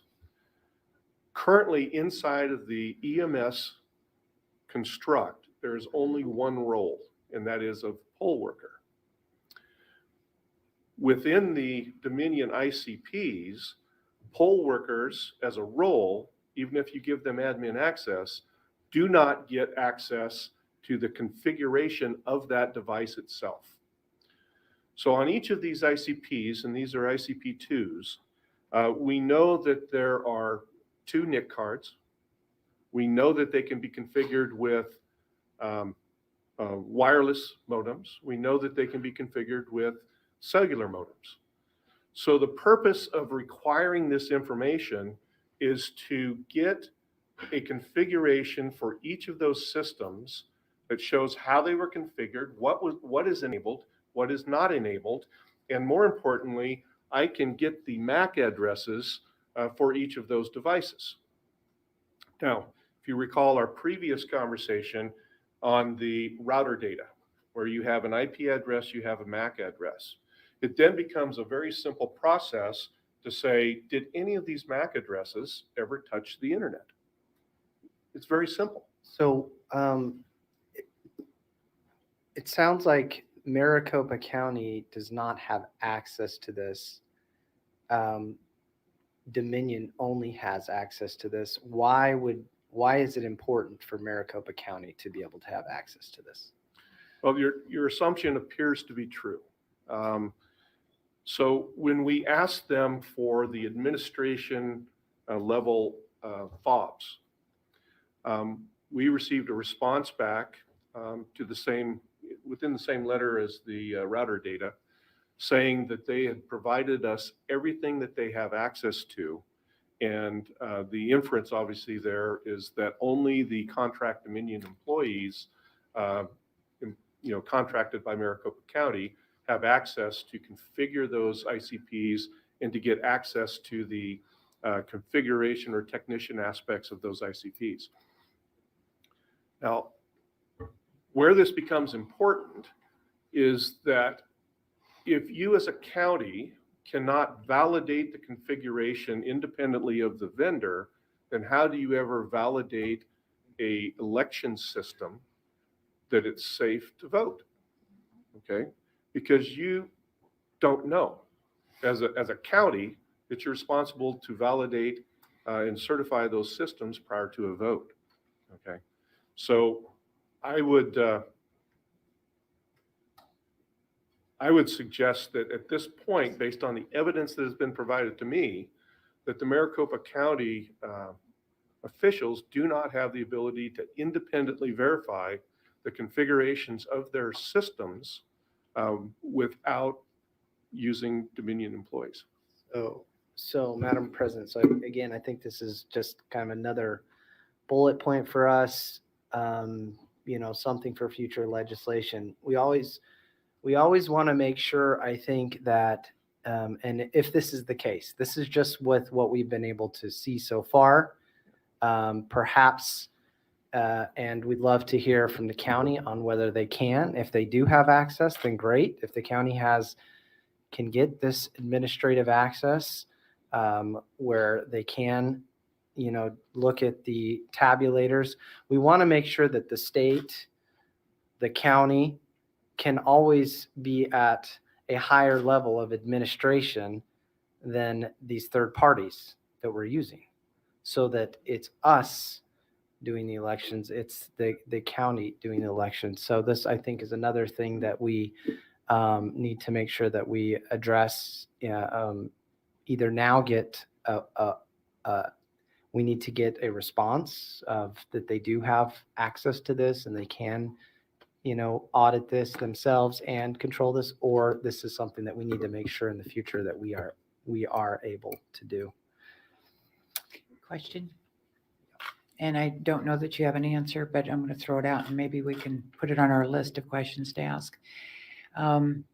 Originally, the Board of Supervisors had agreed to do a forensic audit with us, which is what we wanted. We did not want the ballots moved. We would not want the machines moved. And that's the path I thought we were going on until they went into an executive session and said they were going to do their own audits using 2 companies that are authorized to certify the machines. And so they did these 2 audits. One was Pro VMV, one was SLI. Thank you. Those 2. If they had done the audit, as Senator Peterson said, why did they not come up with this information and report it as well? I don't know that you'd have an answer. It's Probably can't speak for their I can't speak to what their scoping was. I would suspect that a full cybersecurity audit was not part of their scoping. That's what I would surmise. But the reports that were produced by both of those audit firms clearly did not address the cybersecurity aspects that we have found. And there's another finding that you would think that any audit firm would be looking at, and that is commonality of passwords. So what we have found is that for all the administrative accounts, no matter what the name of that account was, they shared the same password. Okay. Now, that password appears to have been established at the same time that the Dominion software was installed on these systems, which August of 2019, and does not appear to have been changed during that entire time period. Okay. So once again, And so to that point, what would be the what would be the recommendations with what's the industry standard with passwords and recommendations with password best practices with that? well, first and foremost, the shared password eliminates one of the very critical items of cybersecurity, and that is we cannot attribute the actions of a given username back to an individual. Because these were all shared passwords, literally anyone who had any access to any admin account could have been able to use any other admin account. So accountability is out the window, right, from an individual aspect. From a cybersecurity standpoint, it is Now, just to be clear, when we're talking about these passwords, these are the passwords for the server. This is not the machine admin password you're talking. Which passwords are you talking about here? We're talking about the EMS admin password. We're talking about the adjudication admin password. So this is not the Dominion machine, the Operating system password. This is the EMS, meaning the election servers, not the So- Dominion tabulators or the- machine. There is a correlation between the Dominion Windows accounts and the Dominion functions. So you can't separate the two. In other words, when you log into the EMS server, for example, you will enter in the EMS admin username, and then you'll enter in a password. Okay. That provides you single sign-on access into all of the functions of the EMS software. So these two things are tied together. Right, but what I'm trying to make sure that's clear for people to understand is that you do have the admin password for the server, correct? Correct. But you don't have the admin password for the tokens for the Dominion Well, machines. A little bit of a correction there. I do have the admin passwords. What I don't have is the authentication fob because it requires both of those items. Right. So we were able to recover the admin passwords used for the tabulators, but because we don't have the ability to burn that iButton fob, It's like an additional layer of correct, security. it's a multi-factor for authentication those. into the tabulator. And it appears that only Dominion has that. Correct. From what we know so far, Correct. from the information we have so far. Okay. Okay, thank you, Madam right. President. Anything else that you wanted to add that's not covered at this point? I think that there is one other critical aspect of why I need the Splunk logs. So anonymous logins are a normal part of Windows activity. So if you've ever accessed a shared file in Windows, that's called an SMB share. And as part of that request, there will be an anonymous logon action to the server that has the share file on it. And then that is followed immediately by the authentication of the user that is requesting that access. As part of that, the course of that normal anonymous action, the Windows logs will actually record the username that is requesting that action. It will record the IP address that is originating the request, and it will record the host name of that originating client. What we are seeing here, and what does require additional correlation with NetFlow data, is we're seeing anonymous logins at the system level that do not follow that pattern of normal Windows behavior, okay? And so we need to have that additional data to validate what that activity is. Thank you. All right, ready to move on to the next section? Sorry, this is tedious, but there's a lot of information that we're trying to absorb and understand here, so bear with us, please. I'm going to go back to Mr. Logan at this part. Mr. Logan, we would like you to help us address the issues that you're having with the hand counting of ballots, the paper examination, and then we'll move into voter data analysis and envelopes. So let's start with the hand count of ballots and where we're at on that. So yeah, so there's been a lot of questions I know about the timeline and why some things have taken a little bit longer than expected. I have to say that every audit I've ever been a part of, usually whatever the organization is that you're working with, is available to answer questions or run ideas by and to get some feedback on findings. And that's one of the more difficult things with this audit is to not have that feedback loop and not be able to ask questions on things that could be solved very quickly. From Maricopa County. Correct, from Maricopa County. Specifically, we've run into I think Ken Bennett was stating earlier about some of the duplicated ballots. Specifically, we've had a lot of problems with the way that those were recorded and the way they were received over. I think probably the best way to do this is go over. I think it's actually Exhibit B. If you can put that up on the screen.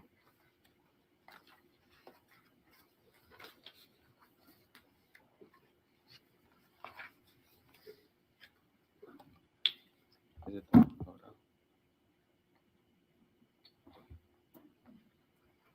Actually, can you zoom in so people can see that a little better? Okay. So what we have here on the top of the screen is the original manifest on one of the boxes that held duplicate stuff in it. You can see all the numbers, the MC 17416 and so forth. So that was what was stated was given to us. If you take a look at the table below it, and actually if you can just zoom in a little more maybe to make it a little more clear. And we don't need the top part anymore, you can scroll down. So on the actual manifest, the far left column has the manifest batch number. And then if you look right next to it, there's actually what the observed batch number was within it. You'll notice that the first few ones are actually correct. But then you get down to MC 171634, which is about halfway down. You notice that its naming convention is as if it is an original, but it is actually a duplicate. And just to step back a little bit to give a little bit of clarity, anytime there is a ballot that can't be run through the tabulator, whether that's because it's damaged, whether it's because it's something like a Braille ballot or something like UOCAVA, any of the other forms, they actually have to create duplicates of it that are then run through the tabulators. Can you tell us what UOCAVA stands for, please? Uniform Thank you. Overseas Citizen Absentee Voter Act. Okay, thank you. Thank you. In any case, so you have the original ballots, and then you have the duplicates, and there was roughly 50,000 total. So there's 25,000 originals and roughly 25,000 duplicates. assuming that, they all matched up with that. So in order to make sure that things are not double counted and things are attributed properly, it's very important to be able to match them up. In fact, this is why there's statute that says there's supposed to be a serial number on the original that you can match up with the serial number, on the actual duplicate. So, one for one, that they were counted properly. And from an audit standpoint, we want to make sure that the original is exactly the same as the duplicate. So it's important to us to make sure that we can match those. So when we receive a manifest that states that stuffs were originals, when we actually start looking through them, we realize that they're duplicates. It creates things that are a lot more complicated and difficult for us. So that these are some of the examples in here. You'll see that there's a whole bunch of things that were wrong where we were stated. There's several things on there that were not listed on the manifest that were actually in the box. There's one of them that was actually on the box that wasn't really in the observed with, or that was on the manifest that wasn't actually found in the box. We had within the Braille ballot box that was labeled as Braille ballot, we had other types of ballots that were found in there that were not expected to be in there. So it makes things much more difficult. And moving on to, actually, if you scroll down, you should see Exhibit C. Okay. You might need to speak into the mic a little bit more, I'm sorry. Mr. Logan. So what we have here is we actually took a few examples out where serial numbers really should be unique. There should be one original ballot with a serial number and one ballot which is the duplicate of it with the same serial number. When you take a look at this chart, the first column is the box ID. That's the box that it came out of. And then you take a look at the next column, it'll tell you whether it's a type, what the type is. Dupe means it's a duplicate. DSD, it means that it is actually the original ballot. And you'll notice that the last column is a serial number, but they're in groups of 3, which shouldn't really happen. So we have 2 original ballots that have the same exact serial number, and we have only one that was duplicated from it. And these are just a handful of examples that we have that go through it. And so we have a whole bunch of ballots that also don't have any serial number of them. So it's quite possible that for the second one with the same serial number, there's another one that matches up with it that literally doesn't have a serial number on it. But it creates a lot of time and difficulty in resolving these issues when it was not done in a manner where it's easy to match up and really according to my understanding of what statute is and what statute states. Not an attorney, but Ken Bennett can probably speak a lot more. I'm not one either. But you know the statutes really well. So just to be clear on this, Madam President, I think, so this is some of the delay, I guess, some of why it took so long to put these all together or trying to assimilate this, because you've got this kind of confusion and. Correct. And with Maricopa County refusing to answer any questions as to help us understand what you did here. And Right. there may be some explanation as to how and why serial numbers get duplicated. It doesn't seem like a good practice any way that you look at it, but if it's well documented and there's some easy way for things to be audited, then you're in good shape. But that's one of the problems we've run into, is that so many of the issues we've encountered through things makes it very difficult, if not impossible, in order to audit things. And it's our goal in going through there to give some irrefutable proof to make sure that we know that things were solid or that they're not. And these types of problems make it very difficult for us to be able to say absolutely on certain aspects. Continue. Is that everything on the hand count ballots? I believe that's everything in hand counts. Okay, would you like to move on to paper examination issues that you need answers to? Yes, please. Okay. So we utilized kinematic artifact detection in order to take a look at all of the ballots in order to process to figure out how they work and how they function. And if we can actually get Exhibit D up, please. Go ahead and scroll down. So on every single, I had it mislabeled as E, but it's actually D. Ballots are designed as such so that when you fill out one side of the ballot, it's very important that that if you fill out a bubble, it does happen to bleed through. It doesn't do so in a manner that would actually impact the way the vote was cast. So ballots are designed in the manner to make that so. In order to make sure they're actually aligned, on one side of the ballot, there is the circle and X's that you see in this. And on the other side of the ballot, there's actually printed a cross. And when a ballot is properly aligned, that cross will actually line up perfectly. If you backlight it, this cross will actually line up perfectly. And that's actually the image you're looking at. We have a backlit image of a ballot, and you're seeing in the front side the circle and the cross, and the inside it's very similar to, say, like a gun sight. Now, if you look carefully at that top image, you'll actually notice that it's a little bit offset. Based on standards, that's actually the maximum it's supposed to be offset for a ballot to be viewed as valid and processed, so there aren't any issues with it. If you take a look at that image down at the bottom, you'll notice that it's 1900%. This is actually something from an actual ballot out of Maricopa County that we ran into, where it was out of calibration. And just to give a little bit more perspective, if we scroll down in the PDF to the next section, we actually have 2 batches here. We're still running this process through all the batches, but this graphic, you want to be in the bullseye. The bullseye in the center is actually the check marks on how offset those things should be. And just to be specific, from a calibration standpoint, I think it's supposed to be within 100% of in it, and we made our box about 300%. From the way this is calibrated. And you'll see that the average is actually, take on the top right-hand corner, the average on this is actually 1,024%. And the worst ballot was 3,200%. You can see there's 2 different batches that we have in here as examples.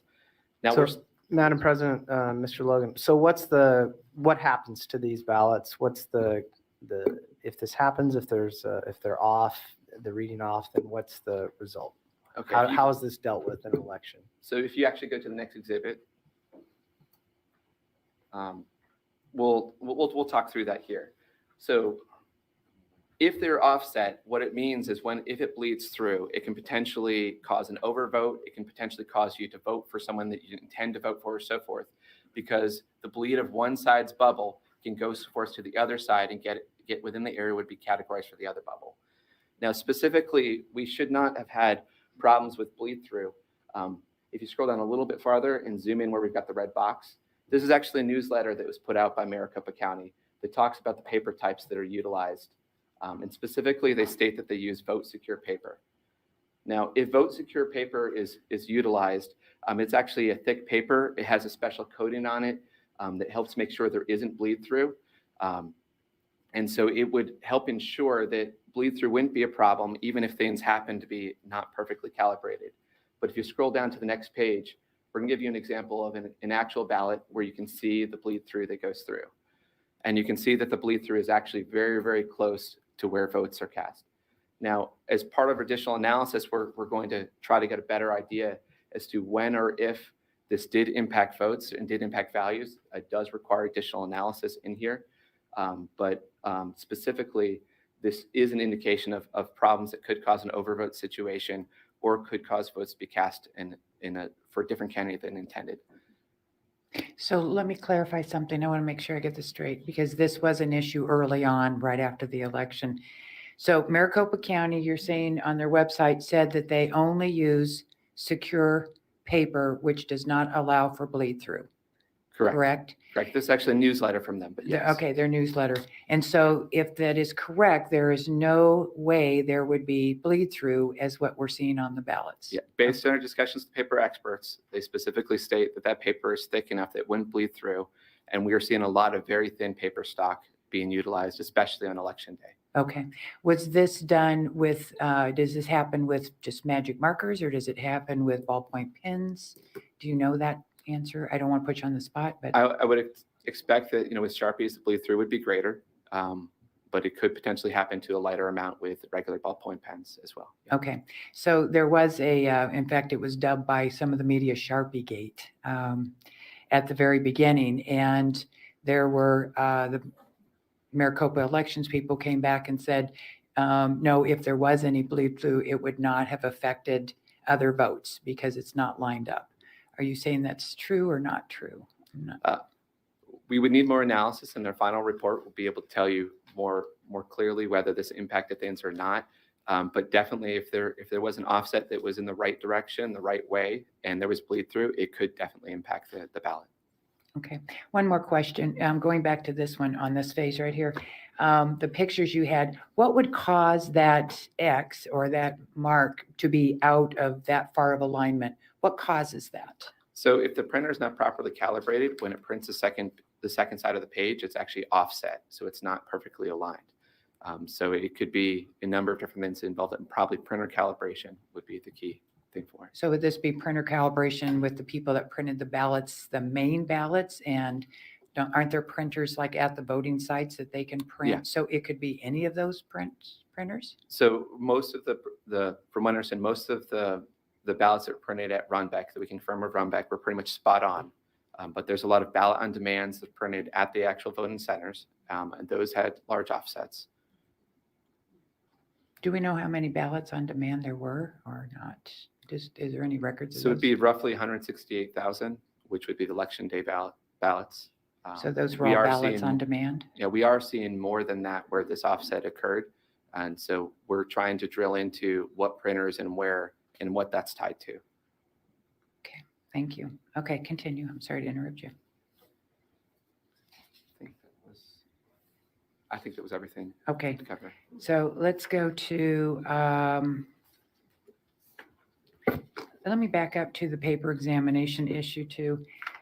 How do we verify, so Maricopa County is saying we only use 4 types of paper and they're all secure, and we're saying they're not. How do we prove that?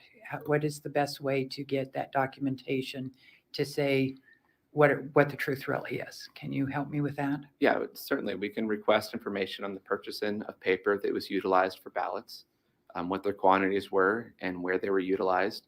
We can get information on what printers were utilized at different locations. And all of that can help tie together to make more sense out of the information we have. Great, thank you. Would you be able to make a list of that for me so that we can try and ask for that information for you? Yes, ma'am. Okay, great.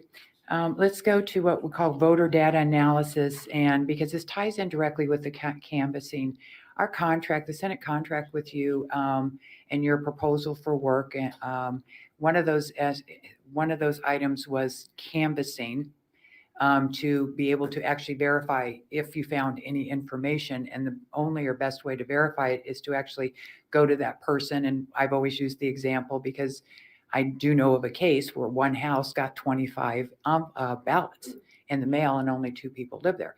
And so we had talked about how do we verify that, and there was a question about canvassing. Department of Justice sent us a letter about 4 or 6 weeks ago and said, we're concerned about you actually knocking on doors that you might be voter intimidation or civil rights violation or something, which I find is interesting after the White House last week said, we're going to knock on doors to see whether you're vaccinated or not. But that's a side point, just a little side point. But so we told the Department of Justice that we would postpone that indefinitely until your audit was at a point where we could even determine whether that was going to be necessary or not. So can you talk to us about that? And is it going to be necessary? Is it not? Go into that part for me, please. Yeah, based on the data we're seeing, I highly recommend we do the canvassing because it's the one way to know for sure whether some of the data we're seeing, if it's real problems or whether it's clerical errors of some sort. So for example, we have 74,243 mail-in ballots where there is no clear record of them being sent.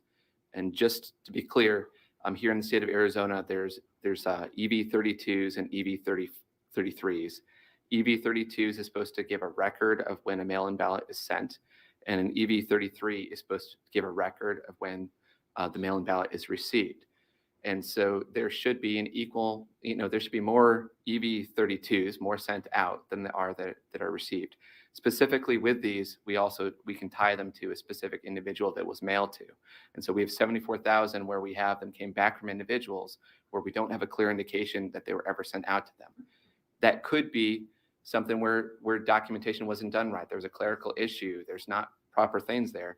But I think when we've got 74,000, it merits, knocking on a door and validating some of this information. So, Madam President, if I may, Mr. Logan, what are you looking at where you see this, where there's 72,000 received, but not 72,000 sent. What did you guys look at to come up with that? So there was information that was FOIA'd from the county, specifically in these EV32 and EV34 or 33 forms. And that is what gives an account of what was sent out and what was received back. This is between the two. data you received from a FOIA request back Correct. from the county. Members of our team received back, correct. And you're saying that the EV33, which is the number of ballots received, was higher than the number of ballots. We are sent. not seeing an equivalent EV32 to go along with EV34 or 33. I'm sorry, I keep doing this up. We're not 32 seeing and 33. 32 and 33. We're Okay. not seeing them where they match up because there should be a matchup of them. Obviously, you're going to have more mail-in ballots sent out than are ever Right. returned, but specifically, these should match up with each other. Okay. Is there another way to get that information? How would you verify that? Is there another way to get that information? If what you have seen so far doesn't make sense, how can we verify? Is there a way to do that? Yeah, we could request information from the U.S. Postal Service on what was, went through the mail system. There's additional records about if mail-in ballots were in fact rejected and returned. That information, would be useful in sorting through some of this as well. There's a number of different things associated with artifacts that are created when mail-in ballots are sent. Okay, thank you. Continue. Okay. So we have also seen some interesting things related to the voter rolls. So for example, we have 11,326 people that did not show up on a November 7th version of the voter rolls that should have been after votes were cast, but then appeared on the December 4th voter rolls. And just be clear, they show as voted in this past election, but they were not a November 7th version of the file, and they did show up on the December 4th version. Okay, that sounds confusing. I- Give me an explanation of why that might have, I mean, we're not saying there's fraud. We're not saying anything else. I'm just trying to find answers. Is there a logical explanation why that would be? I cannot think of a logical explanation on what that would be, but it'd be a great thing to hear back from the county to see if there's anything that we're not thinking of. Okay, thank you. Continue. So we have, from what I understand here in Arizona, they originally Hobbs had requested that the registration date for voting be moved up to election day, and there was actually a court case that moved it back to October 15th. Based on the registration information that we found in the voter rolls, we have 3,981 individuals who show as having voted in this election, and their data shows up in the canvas as having voted in this election. However, they were registered after October 15th. So what we would need is, again, so all of these, Madam President, so all of these are things that canvassing, we could find out, did they register before? Did they even vote? Or we need some more data. We need more data from the county to show they registered before that date. Something showing that they registered before October 15th, or something showing that these, their ballots were sent out to people where they were received. Or we need to do a canvass. We need to be doing canvassing to ask the voters themselves. Okay, continue. The last one I have is we have roughly 20,000, I think it was about actually closer to 18,000, who voted in the election and then showed as being removed from the voter rolls soon after the election. So they were on the voter rolls, they showed as voted, and then they were removed. And there could be a good logical explanation for that, but it seems like a large number to immediately have after an election be removed. And so getting more documentation on the request to remove from voter rolls or other process to make sure that makes sense seems logical. In addition, again, knocking on doors and canvassing can help validate that information. Okay, Mr. Bennett, besides knocking on doors, how would we also obtain that information? Secretary of State, voter rolls, Maricopa County, or knocking on doors is the only way to do it? I don't understand. Well, the original voting records are kept at the county level. That is shared electronically on a daily basis with the Secretary of State's office that keeps a statewide voter database. The Secretary of State's office receives information from vital records and other the courts and et cetera, that is then in kind of reverse sent to the county levels to let the counties know who's died, who's been adjudicated in a court hearing as being incompetent or lost their voting rights because of a felony conviction or something like that. So I guess we could look at almost daily data between the county and the Secretary of State's office. All right, thank you. Continue. That's actually the last thing I have to cover from this section. Okay. Envelopes, that's an issue that we've been talking about. Would you like to touch on that as well? Yeah, we've had an affidavit that specifically stated that when mail-in ballots were received, that so many of them were received that the standards reduced over time. They originally talked about there was initially 20 points of comparison on the signature, and then after some time they're told to go to 10 points of signature, 10 points of comparison, then 5, and then eventually they were just told to let every single mail-in ballot through. So we think it's important. Understand with the course of our settlement, the only thing we can look at is blank signatures, but we think it's important to get the mail-in ballot images and see how many, if any, blank signatures came through, because that could have a material impact on the election. Okay, do we not have those images of the envelopes? We do not have those images. Maricopa County has stated that they provided us with images of the envelopes, but specifically the folder they pulled into us in a specific drive has to do with voter registration details. It does not appear to have anything to do with the receiving of ballots. And I believe that, again, Bennett can tell you more about his interchanges with them, but specifically we asked them, so are you saying that in that folder we should have the envelopes that were utilized for ballots to be delivered in this past election? And the answer was basically there's envelopes in that folder, and it did not clearly answer our question. So, Mr. Bennett, when you asked them or advise them that maybe they're mistaken, they're not here, could you send it again, or what was said? I would simply recommend, Madam President, that they be re-subpoenaed as almost maybe a separate item and on a separate device, and it's not commingled with other folders or anything else. But I guess her question is, what has been their response when you asked for? We need the images of the ballots. Envelopes. We need the images of the envelopes that were mailed. They said they gave us a file. It's not on the file. When you ask, you tell them we don't have those. What is the response? What has the response been to you? It's on the Lacey 5 terabyte hard drive in a affidavits folder that's 1.83 terabytes big. And we keep looking for it and don't find it. If I might add, I did an extensive forensic search for the mail-in ballots. The only images that are contained on the referenced Lacey drive are the original voter registration affidavits. Nothing to do with mail-in ballots. Thank you. Okay.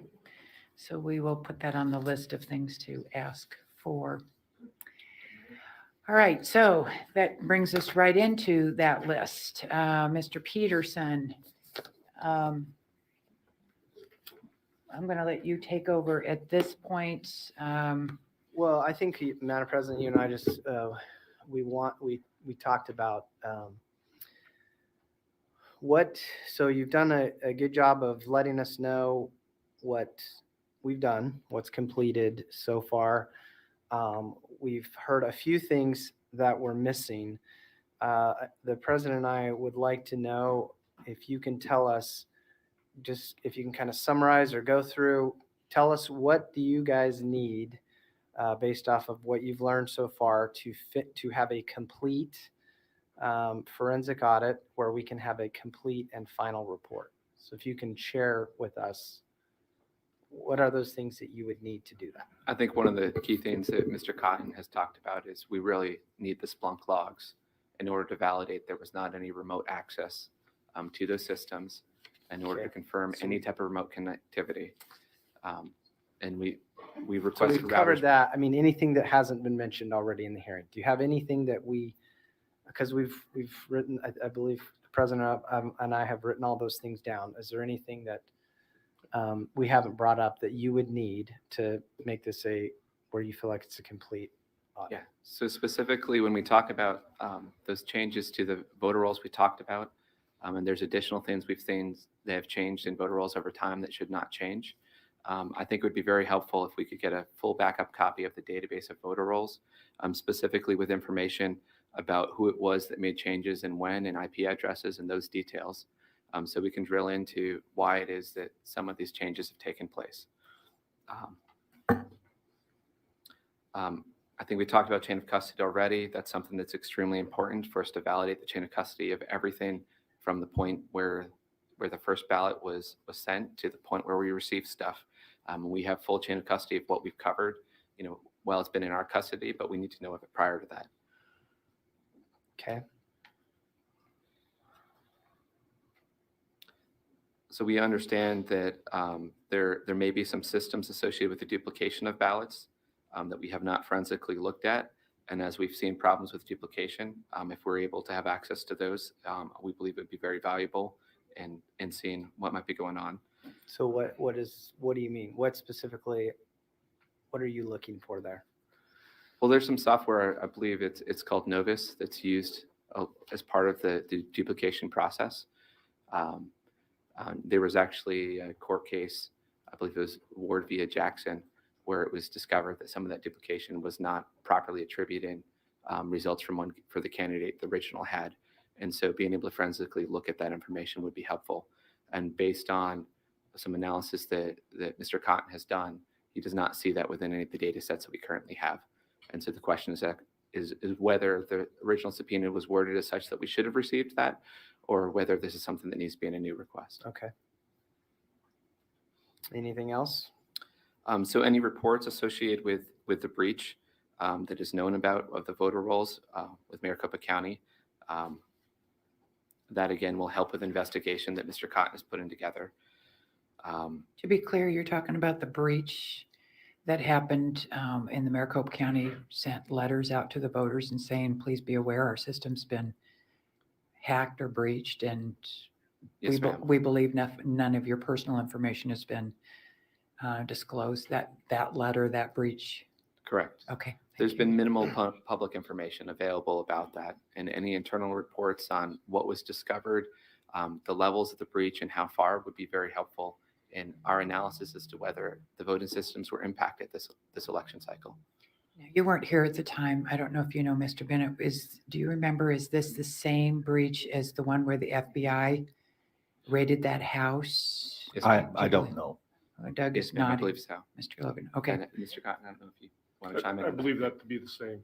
Okay. Thank you. So specifically, we'd like to request all portable media or external hard drives that contained election definitions, election results, backups, or similar data. We know from photos that we've seen from MTech that there was at least 3 orange drives, of which we received one of them. And reviewing the wording of the subpoena, portable media and external drives may not have been included if you're trying to take a very narrow view of what we requested. We believe there will be backups and other information that will be helpful in our analysis on those. So you need us to subpoena the 2 missing orange drives, missing Well, I drives? think Or we worded it any portable. as any drives. portable media or external drives that have not been given prior subpoenas. Thank They're you. associated with elections specifically. Thank you. We don't need any of the information we've already seen. So most of this stuff we've put caveats that we don't need things we already received. As we've heard the report that the election department shares a network with the sheriff's department, it'd be very helpful to have the network diagram to show how that is. And from our analysis standpoint, it'll make it easier for Mr. Cotton to hone in on what happened and again, to look at things. I think we already talked about the backups of election management data. Digital copies of all versions of policies and procedures utilized associated with the election would be helpful. We've received verbal reports from a number of people that work for Maricopa County that indicate that some of the things we've seen don't actually comply with Maricopa County's policies and procedures, but without a copy of those, it's difficult for us to validate those. And we want to make sure that, any finding we put into our report is something that would be irrefutable, and we have the hard evidence to back it up. So getting those policies and procedures would be helpful in doing so. Question, if I might. Question. why would those not be public record and already produced somewhere? If they're procedures, election procedures. Well, some of them, some levels of them are public and are available. But when I looked into specifically trying to see some of the ballot storage requirements and how they should be stored specifically as an example, there was not very detailed information. And usually you have guidance from a state, and then within a county, they'll have very specific, their interpretation of how they execute it.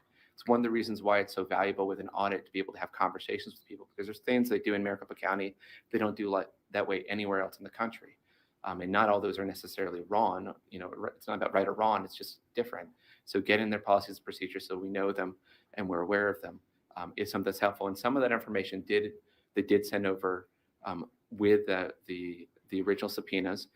But there's additional, like I said, when I went through them, there's enough things that we ran through that I couldn't find specific documentation on that we were told they had specific guidance on, and we'd like copies of that. Okay, so so some through inferences, they're told they know how to do this. Well, how do we know how to do this? It's not in the procedure manuals. We need where they're getting this guidance and training. Correct.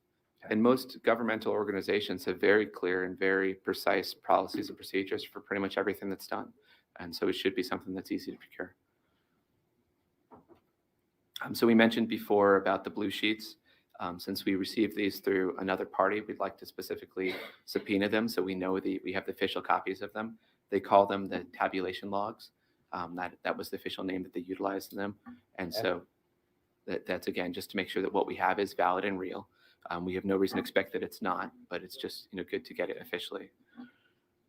Tied in with some of the things we ran into on the voter rolls, records of all mailed out ballots, everything that's available as far as what's mailed out and what was rejected, and validation that they were destroyed if they were rejected and came back.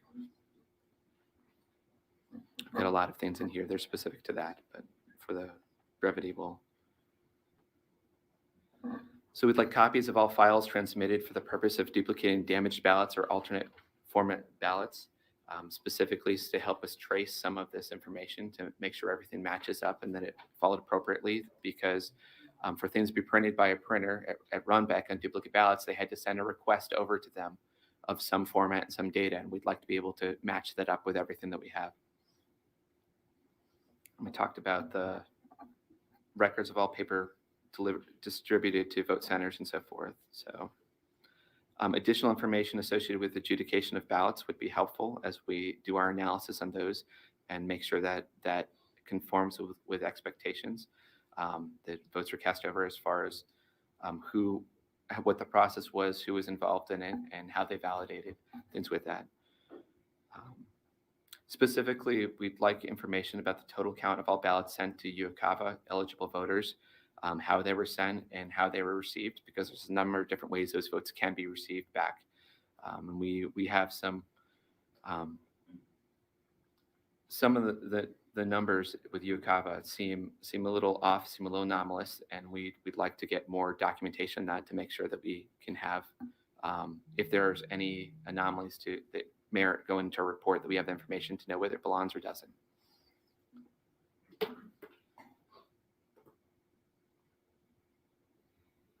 I think that's pretty much everything here. If we're talking about things generically, there's more specifics that I have listed, but.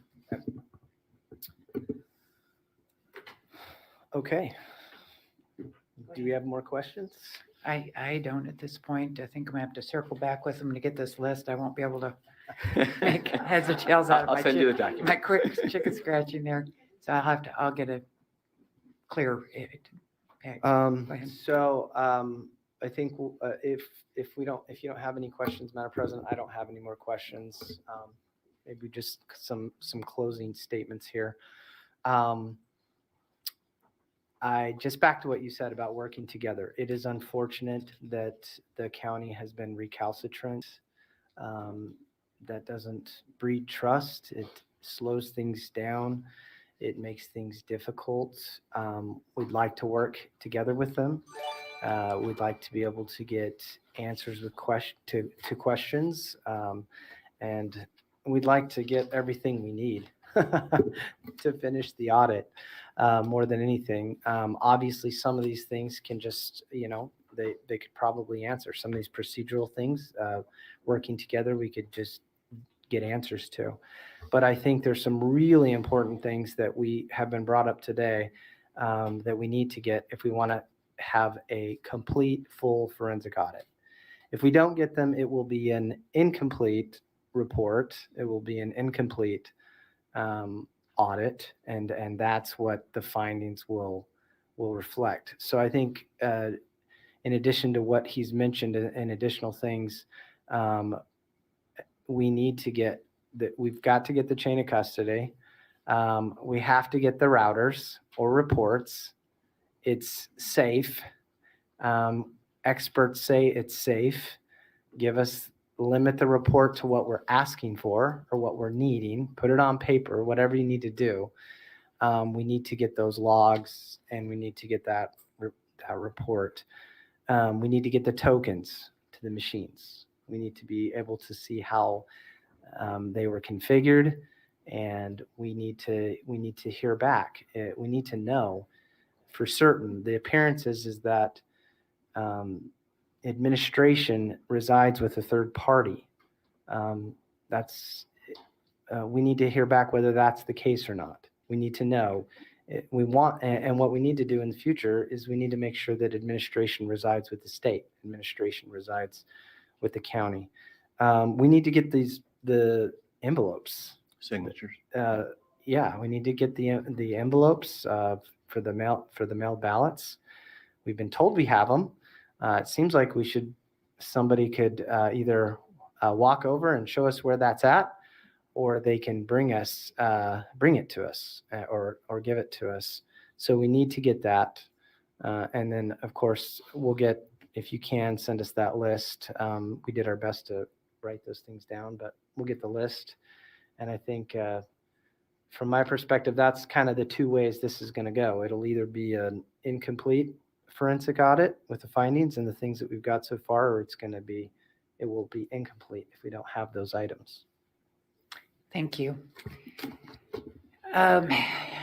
Once again, I just want to state that at no time have we ever implied or inferred that there was any intentional misdoings here in any way whatsoever. And in fact, we certainly hope not. But we do need to have this information and answer these questions so that we can make sure that the voters of Arizona have solid answers as to how our election systems works, the check and balances, to know that they have a safe and secure ballot when it comes in. So we will be asking for this additional information. We'll find out whether, I'm guessing we're going to have to go back to court unless Maricopa County will say, yes, let's work on this together, which I thought we would do. I do not know why Maricopa County has fought this so hard. If it's their electoral system, I would think they would want to know that everything is operating the way it should. And I believe that our Secretary of State would feel the same way. So we will endeavor to keep getting the answers. What do they say? The whole truth, nothing but the truth. So help me God. And we'll move forward and get whatever we can to help you finish this audit. So we appreciate you flying in for this. We appreciate the time that you've put here, and we'll just keep moving forward. Now, before we adjourn, I would like security to please escort these three men out. For security reasons, we were instructed that we need to let them out first.